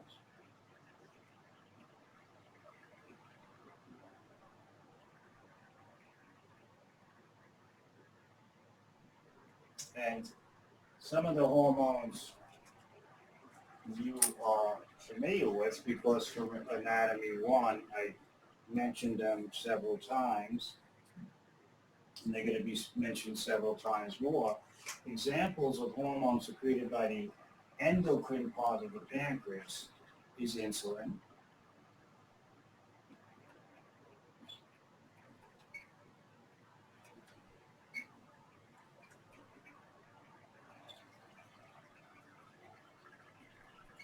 and glucagon. And these are but two of the hormones released by the endocrine part of the pancreas. So the pancreas is a perfect example of an organ that has both exocrine function and endocrine function. It releases digestive enzymes into the small intestine, the duodenum, that's the first part of the small intestine. And it also has special cells called the islets of Langerhans, which you'll learn next week, which release insulin and glucagon. These enter the blood. So insulin, once it's released by the pancreas, will enter the blood. Glucagon likewise will enter the blood. So here's examples, and then I'm going to give you an example of homeostasis, because we're going to get back to this example time and time again. Here's examples of exocrine glands and their exocrine secretions, which are not hormones, thus they do not enter the blood. This is a representative general diagram of a exocrine gland with the cells producing the secretion. It's made up of a ductal system, and then the secretion will enter travel through the ductal system to get to wherever it has to go. On the other hand, hormones enter the blood and travel to other areas of the body. So I'm going to erase this now.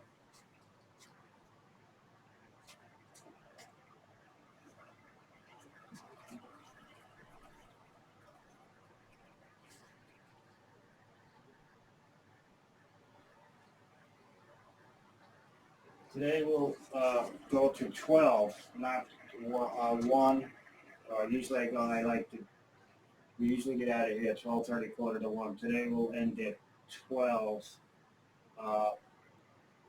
This will be taped, you'll be sent it, and then I will do another hour or so and send that to you as continuation of this lecture. So today it's 11:30. We'll be out of here by 12 today.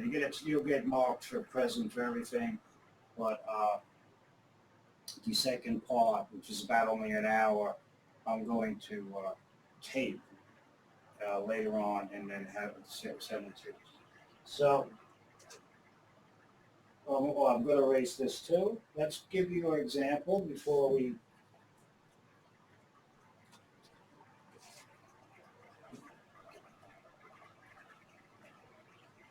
This is very key. So let's do a glucose level again. I know many of you are used to this example, but it drives the point home perfectly. Is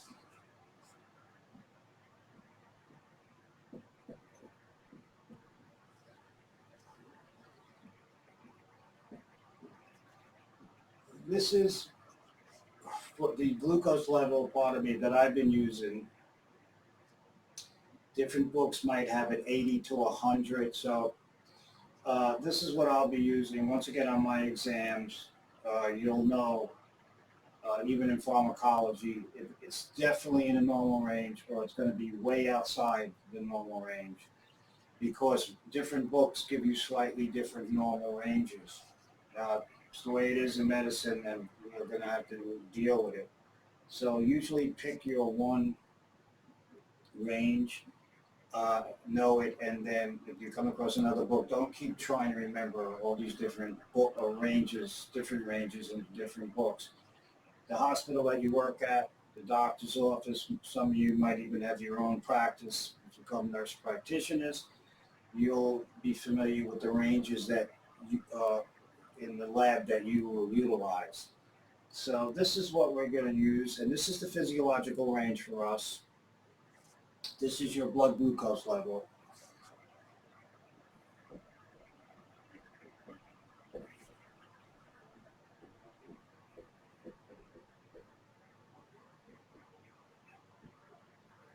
Okay, and this for us is, this is when, remember when you're in the brackets, you're in the physiological range.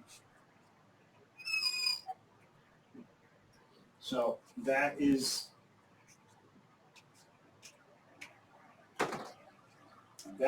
a where the cells will be functioning optimally. Okay. Now, we're going to use an example because this is going to carry over when we do the pancreas next week after I give you the axes, what an axis is, and then the chemical classification of hormones, which go very quickly. We're ready for the pancreas because the pancreas is involved in diabetes. I'll spend a little more time on that. So this is the range where cells will function optimally, and anything in the brackets. So what happens if, and this is now an example of how the endocrine system contributes to glucose homeostasis, to body homeostasis. Remember, if you recall, once again, I know I keep repeating myself, fluid homeostasis and balance means, number one, the correct amount of fluids in the body. Number two, the correct amount of fluids in the different compartments. Number three, the right state of the fluids or condition, the pH of the fluids, the temperature and such. And number four, the right composition of the fluids, what's in the fluids, the right amount of glucose, and that's what we're doing.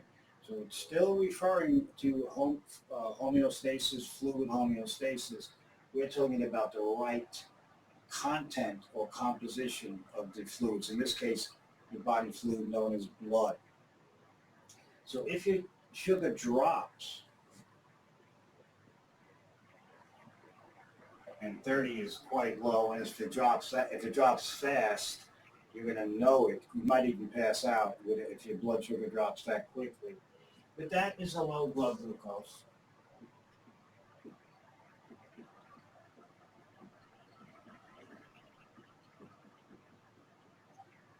And that has the term, once again, if you're familiar with it, it's called hypoglycemia.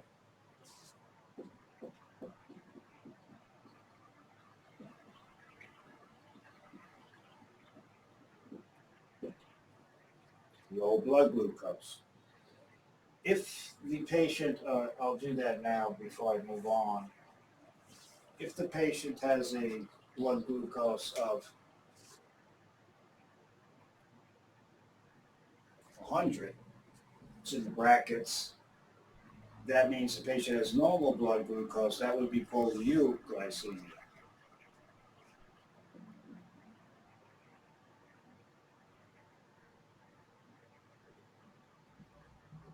And EU means normal. That's the word prefix. EU means normal. So he has normal blood. GLYC is glucose, and emia means blood. So this is normal blood glucose. If the blood sugar drops, we have homeostatic mechanisms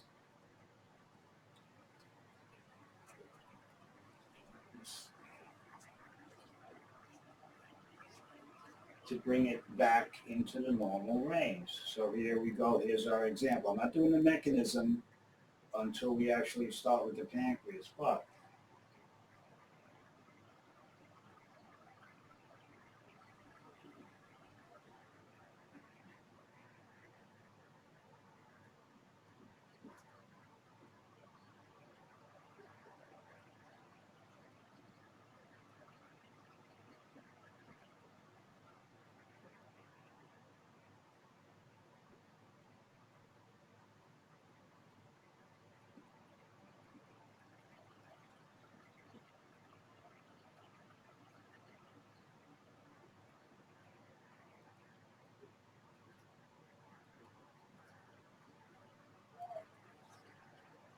the alpha cells of the pancreas, remember we said the pancreas is both exocrine and endocrine.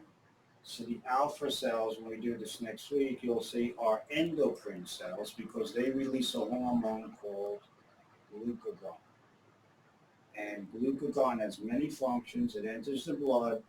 It's going to go to the liver, but all I want you to know right now, I want you to see how homeostasis, the general scheme, one of the functions of glucagon is to increase blood glucose levels.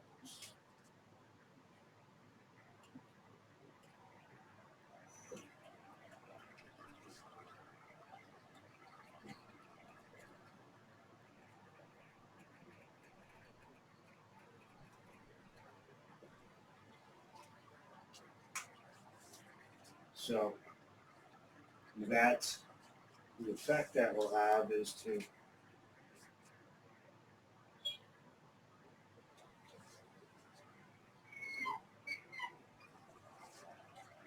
bring the glucose back, the blood glucose level back into the normal range.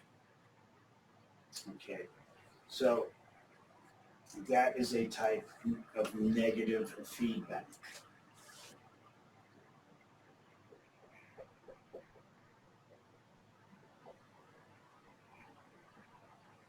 In negative feedback, if you recall, I'll do it over there again.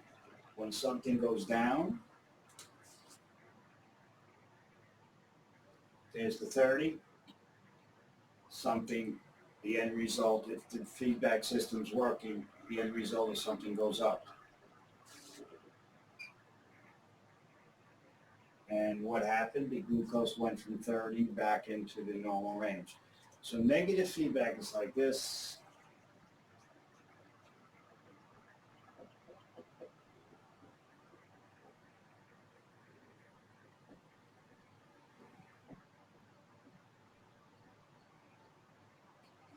Most of the homeostatic mechanisms in the body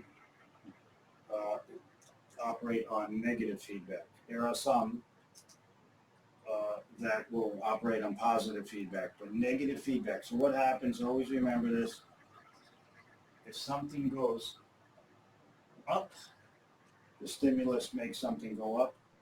The end result in homeostasis with a negative feedback system is that it's brought back down. So the end result is always going to be opposite of the stimulus. If something goes down, like here,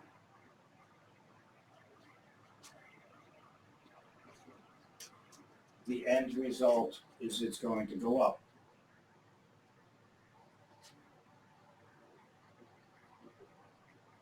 So here, I'm going to do the hyperglycemia here. Something went down, the end result, it went up. So this would be an example of low glucose, and now the glucose is brought up. Low body temperature brought up. And now we'll do at the other end.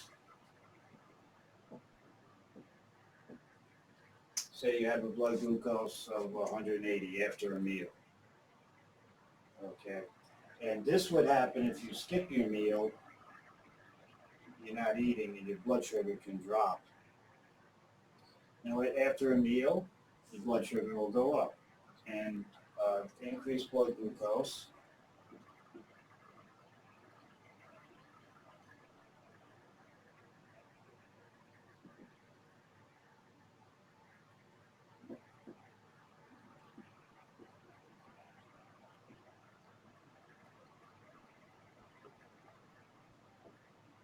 which would be called hyperglycemia.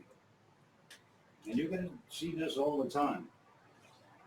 So after we have a meal, give you another definition.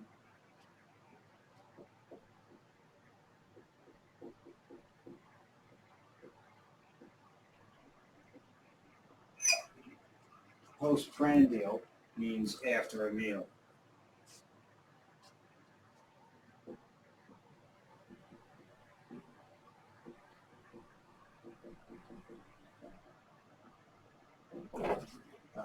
I don't think they make the here in this program, they don't make you do medical terminology, so I usually give students loads of different terms.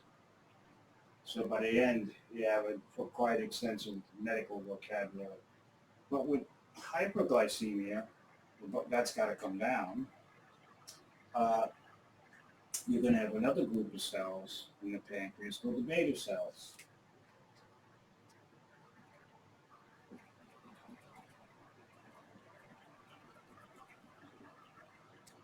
And the beta cells of the pancreas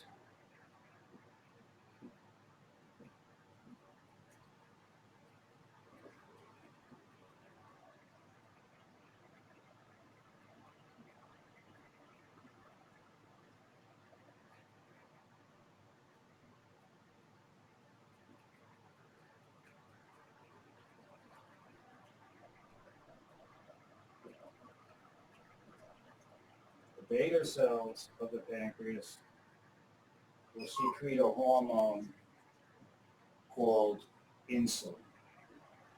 So the beta cells are also endocrine cells of the pancreas. Remember, the pancreas has exocrine and endocrine function. Insulin will enter the blood. We're not doing the mechanisms now, but it enters the blood. Oh, first what does insulin do? It has many functions. One of them is to lower blood glucose level.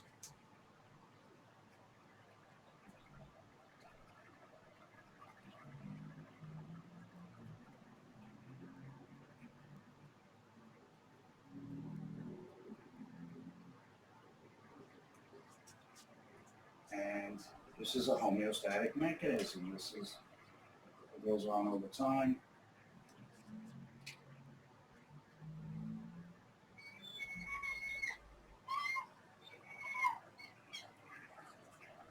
And with this, the secretion of insulin will lead to the reduction of the blood glucose and bring it back into the normal range. Once again, that's a type of negative feedback.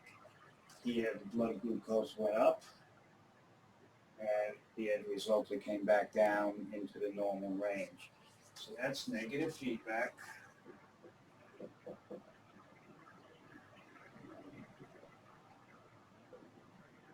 And with negative feedback, when something goes up, the end result, it comes down, and that's what happened. All right, so this is a general example. I didn't do the mechanisms, but if you, for example, do not, your beta cells do not produce insulin, then your blood sugar will be persistently high, and that will start to lead to cell dysfunction. If your glucose level stays too low for a prolonged period of time, or it drops too low very quickly, it can cause signs and symptoms. You'll see signs and symptoms of brain or cerebral dysfunction. So this is a good scheme to remember, okay, because it helps you with understanding the diseases also. So I'm going to erase this.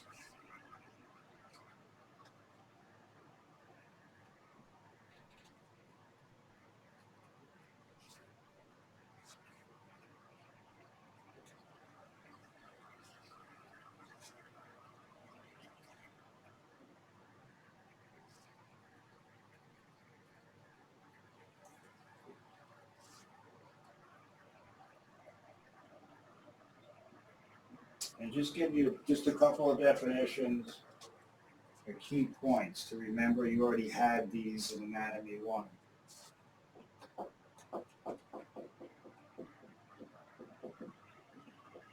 And this is referring to the glucose because that's what we're going to be doing next week. Key points. Number one, the brain's primary fuel source is glucose.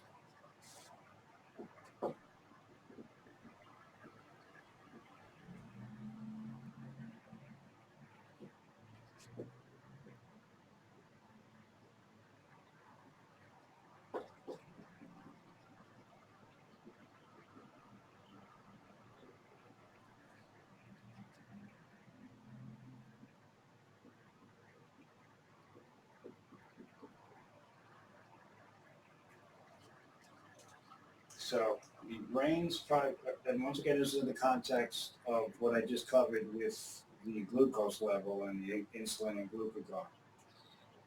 The brain's primary fuel source is glucose. I'm going to reiterate that so many times. When a patient's blood sugar drops, it's very dangerous.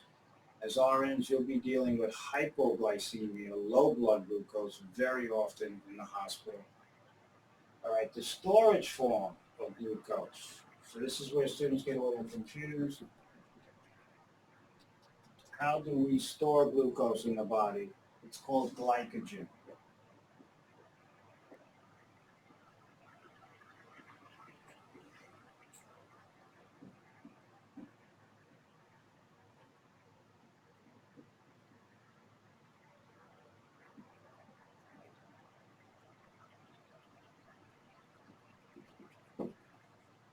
This is how we store glucose. So we have enough glucose and we're not utilizing it, it'll be stored.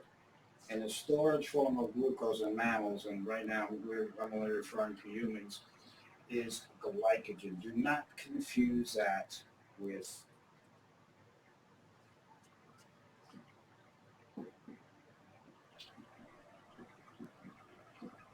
glucagon. Glucagon and glycogen are not the same things. Glucagon is a hormone.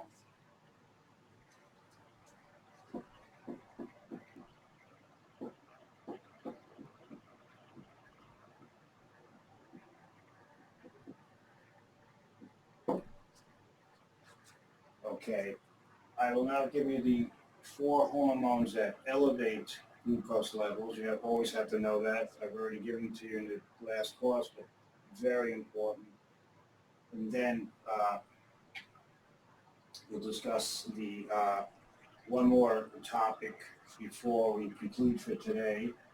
Glucagon is a hormone released by the alpha cells of the pancreas. Glycogen, most of the glycogen is going to be found in the liver. So you have liver glycogen. But make sure you add this to your notes. And you have muscle glycogen.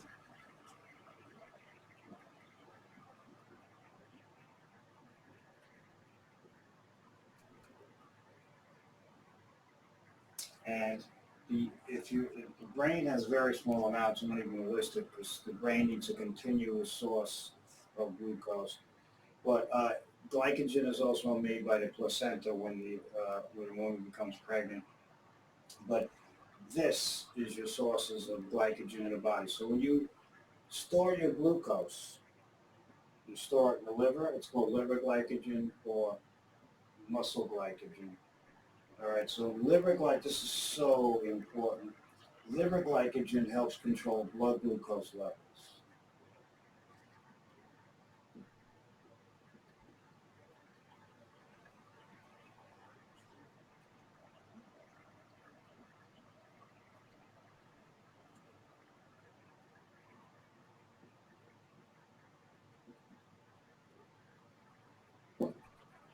So when the liver cells break down glycogen, they release glucose. That's how we store it. So glucose that is stored is called glycogen. Muscle glycogen does not do anything for blood glucose levels. Muscle glycogen provides glucose to make energy.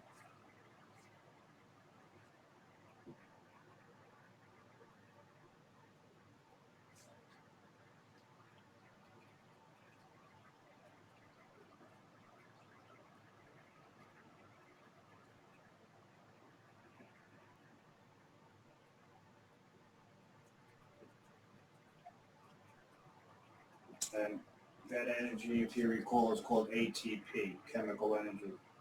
So this is important. This will help you with pharmacology. This will help you with physiology and with different medical conditions. So glycogen is how we store glucose. Now, when we do the pancreas next week, and then with glucose and insulin and glucagon, I'll go back to this. But I'm going to give you the four hormones. There are four hormones.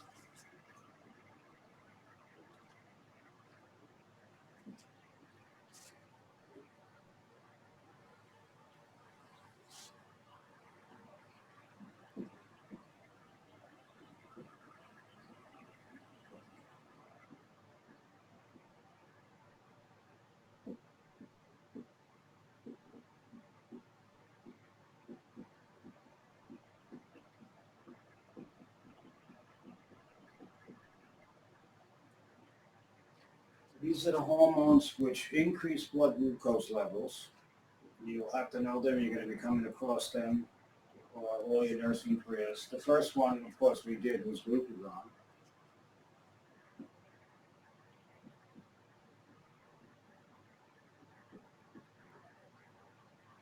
Remember, glucagon is a hormone, not glycogen.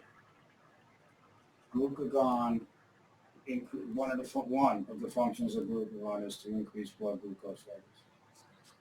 A second one is cortisol, and I'm going to add to this, give you a little bit more when we get to that point. Cortisol.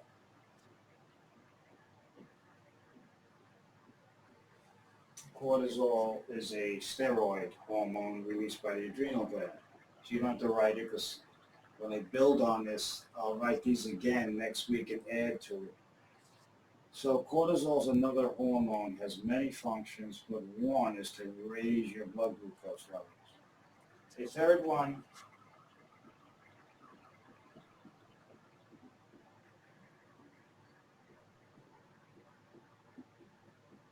is epinephrine.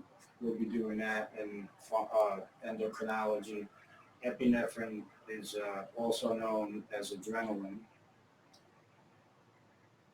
Sometimes the doctor will say, give me epinephrine, or sometimes he or she will say, give me adrenaline. It's the same thing. Epinephrine, we'll see, is also released by the adrenal gland. And the last one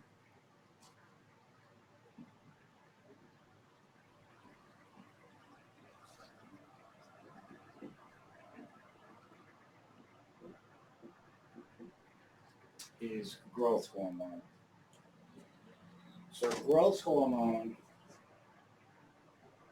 is the fourth. There's others that have secondary effects, but these are four hormones that have loads of different functions, but one common function between glucagon, cortisol, epinephrine, and growth hormone is they increase blood glucose levels. That's what they're supposed to do.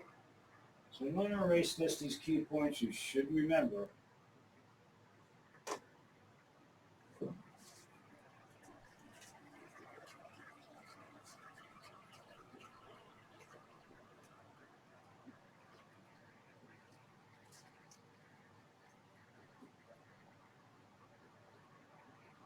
Okay, so we're coming to a close. I'm going to give you examples of organs that, and we'll do just the kidneys. That's actually quick.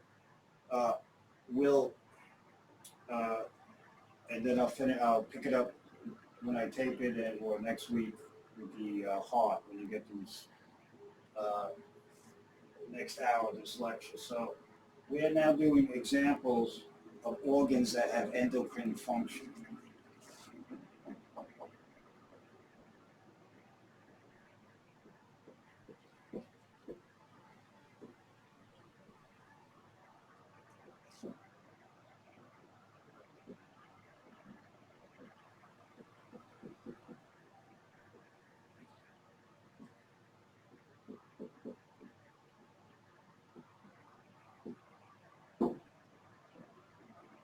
What that means, of course, is they secrete hormones that enter the blood.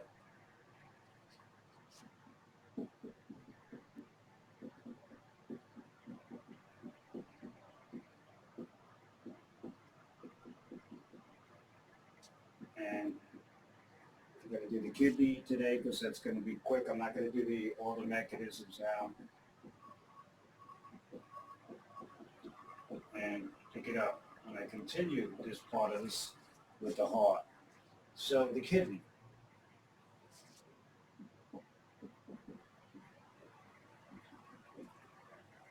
The kidney has many functions.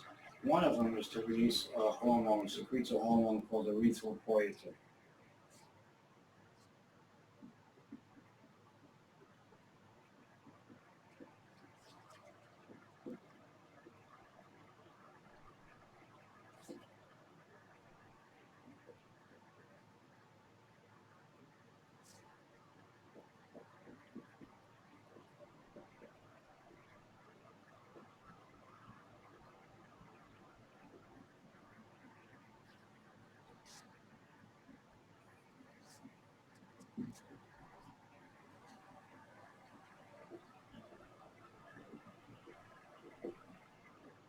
So erythropoietin is a hormone. And this hormone stimulates the red bone marrow to make red blood cells.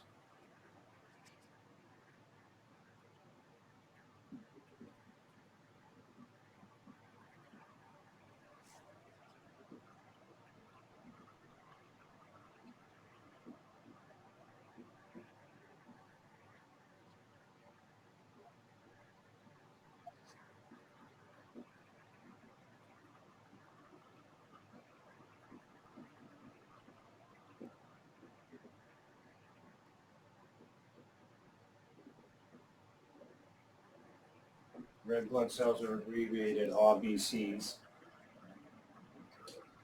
And that process is called erythropoiesis.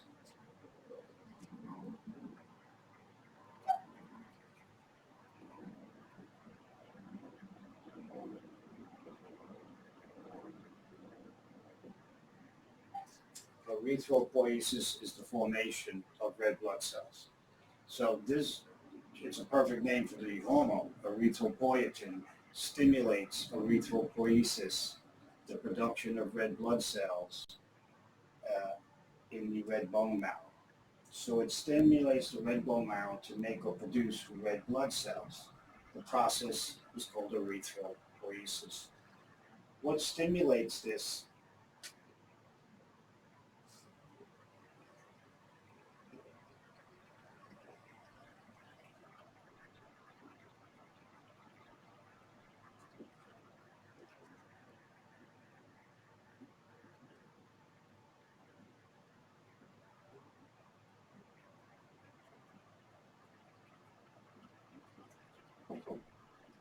It's stimulated by, number one, decreased number of red blood cells in the blood.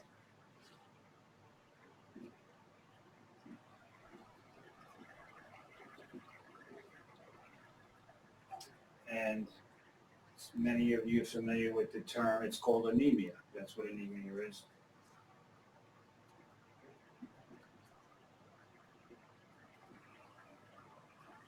So anemia, or decreased red blood cells in the blood, will cause the kidneys to release erythropoietin, a hormone that then travels to the red bone marrow and stimulates red blood cell production, called erythropoiesis.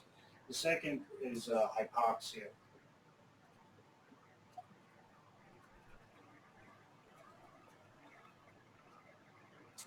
Hypoxia means decreased oxygen at the cell, tissue, and cellular level.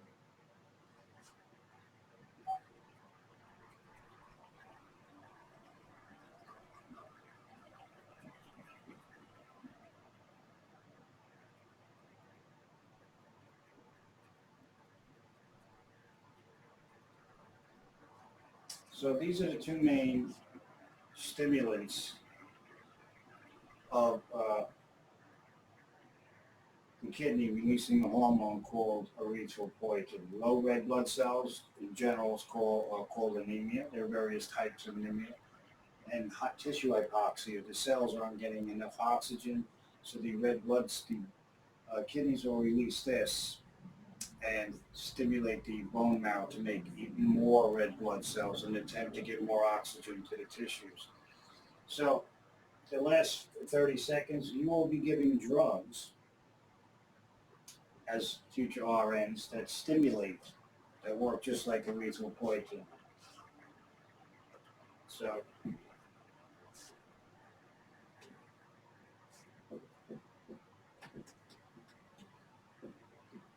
just going to give you one example.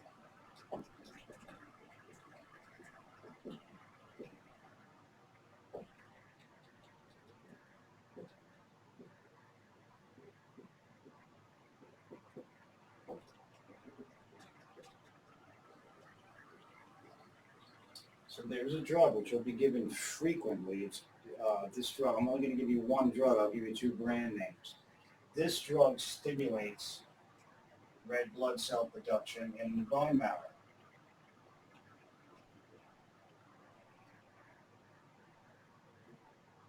So therefore, this drug is used often in patients with anemia, especially anemia in patients with kidney disease. Patients with kidney disease, they might not be making erythropoietin. So this drug is a form of erythropoietin.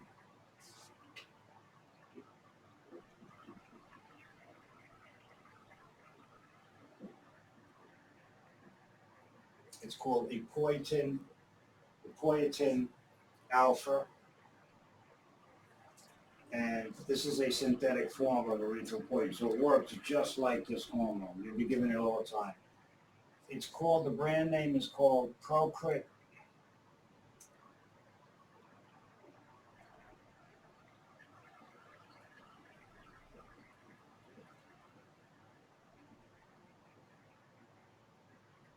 Or Epigen, depends what hospital you work for.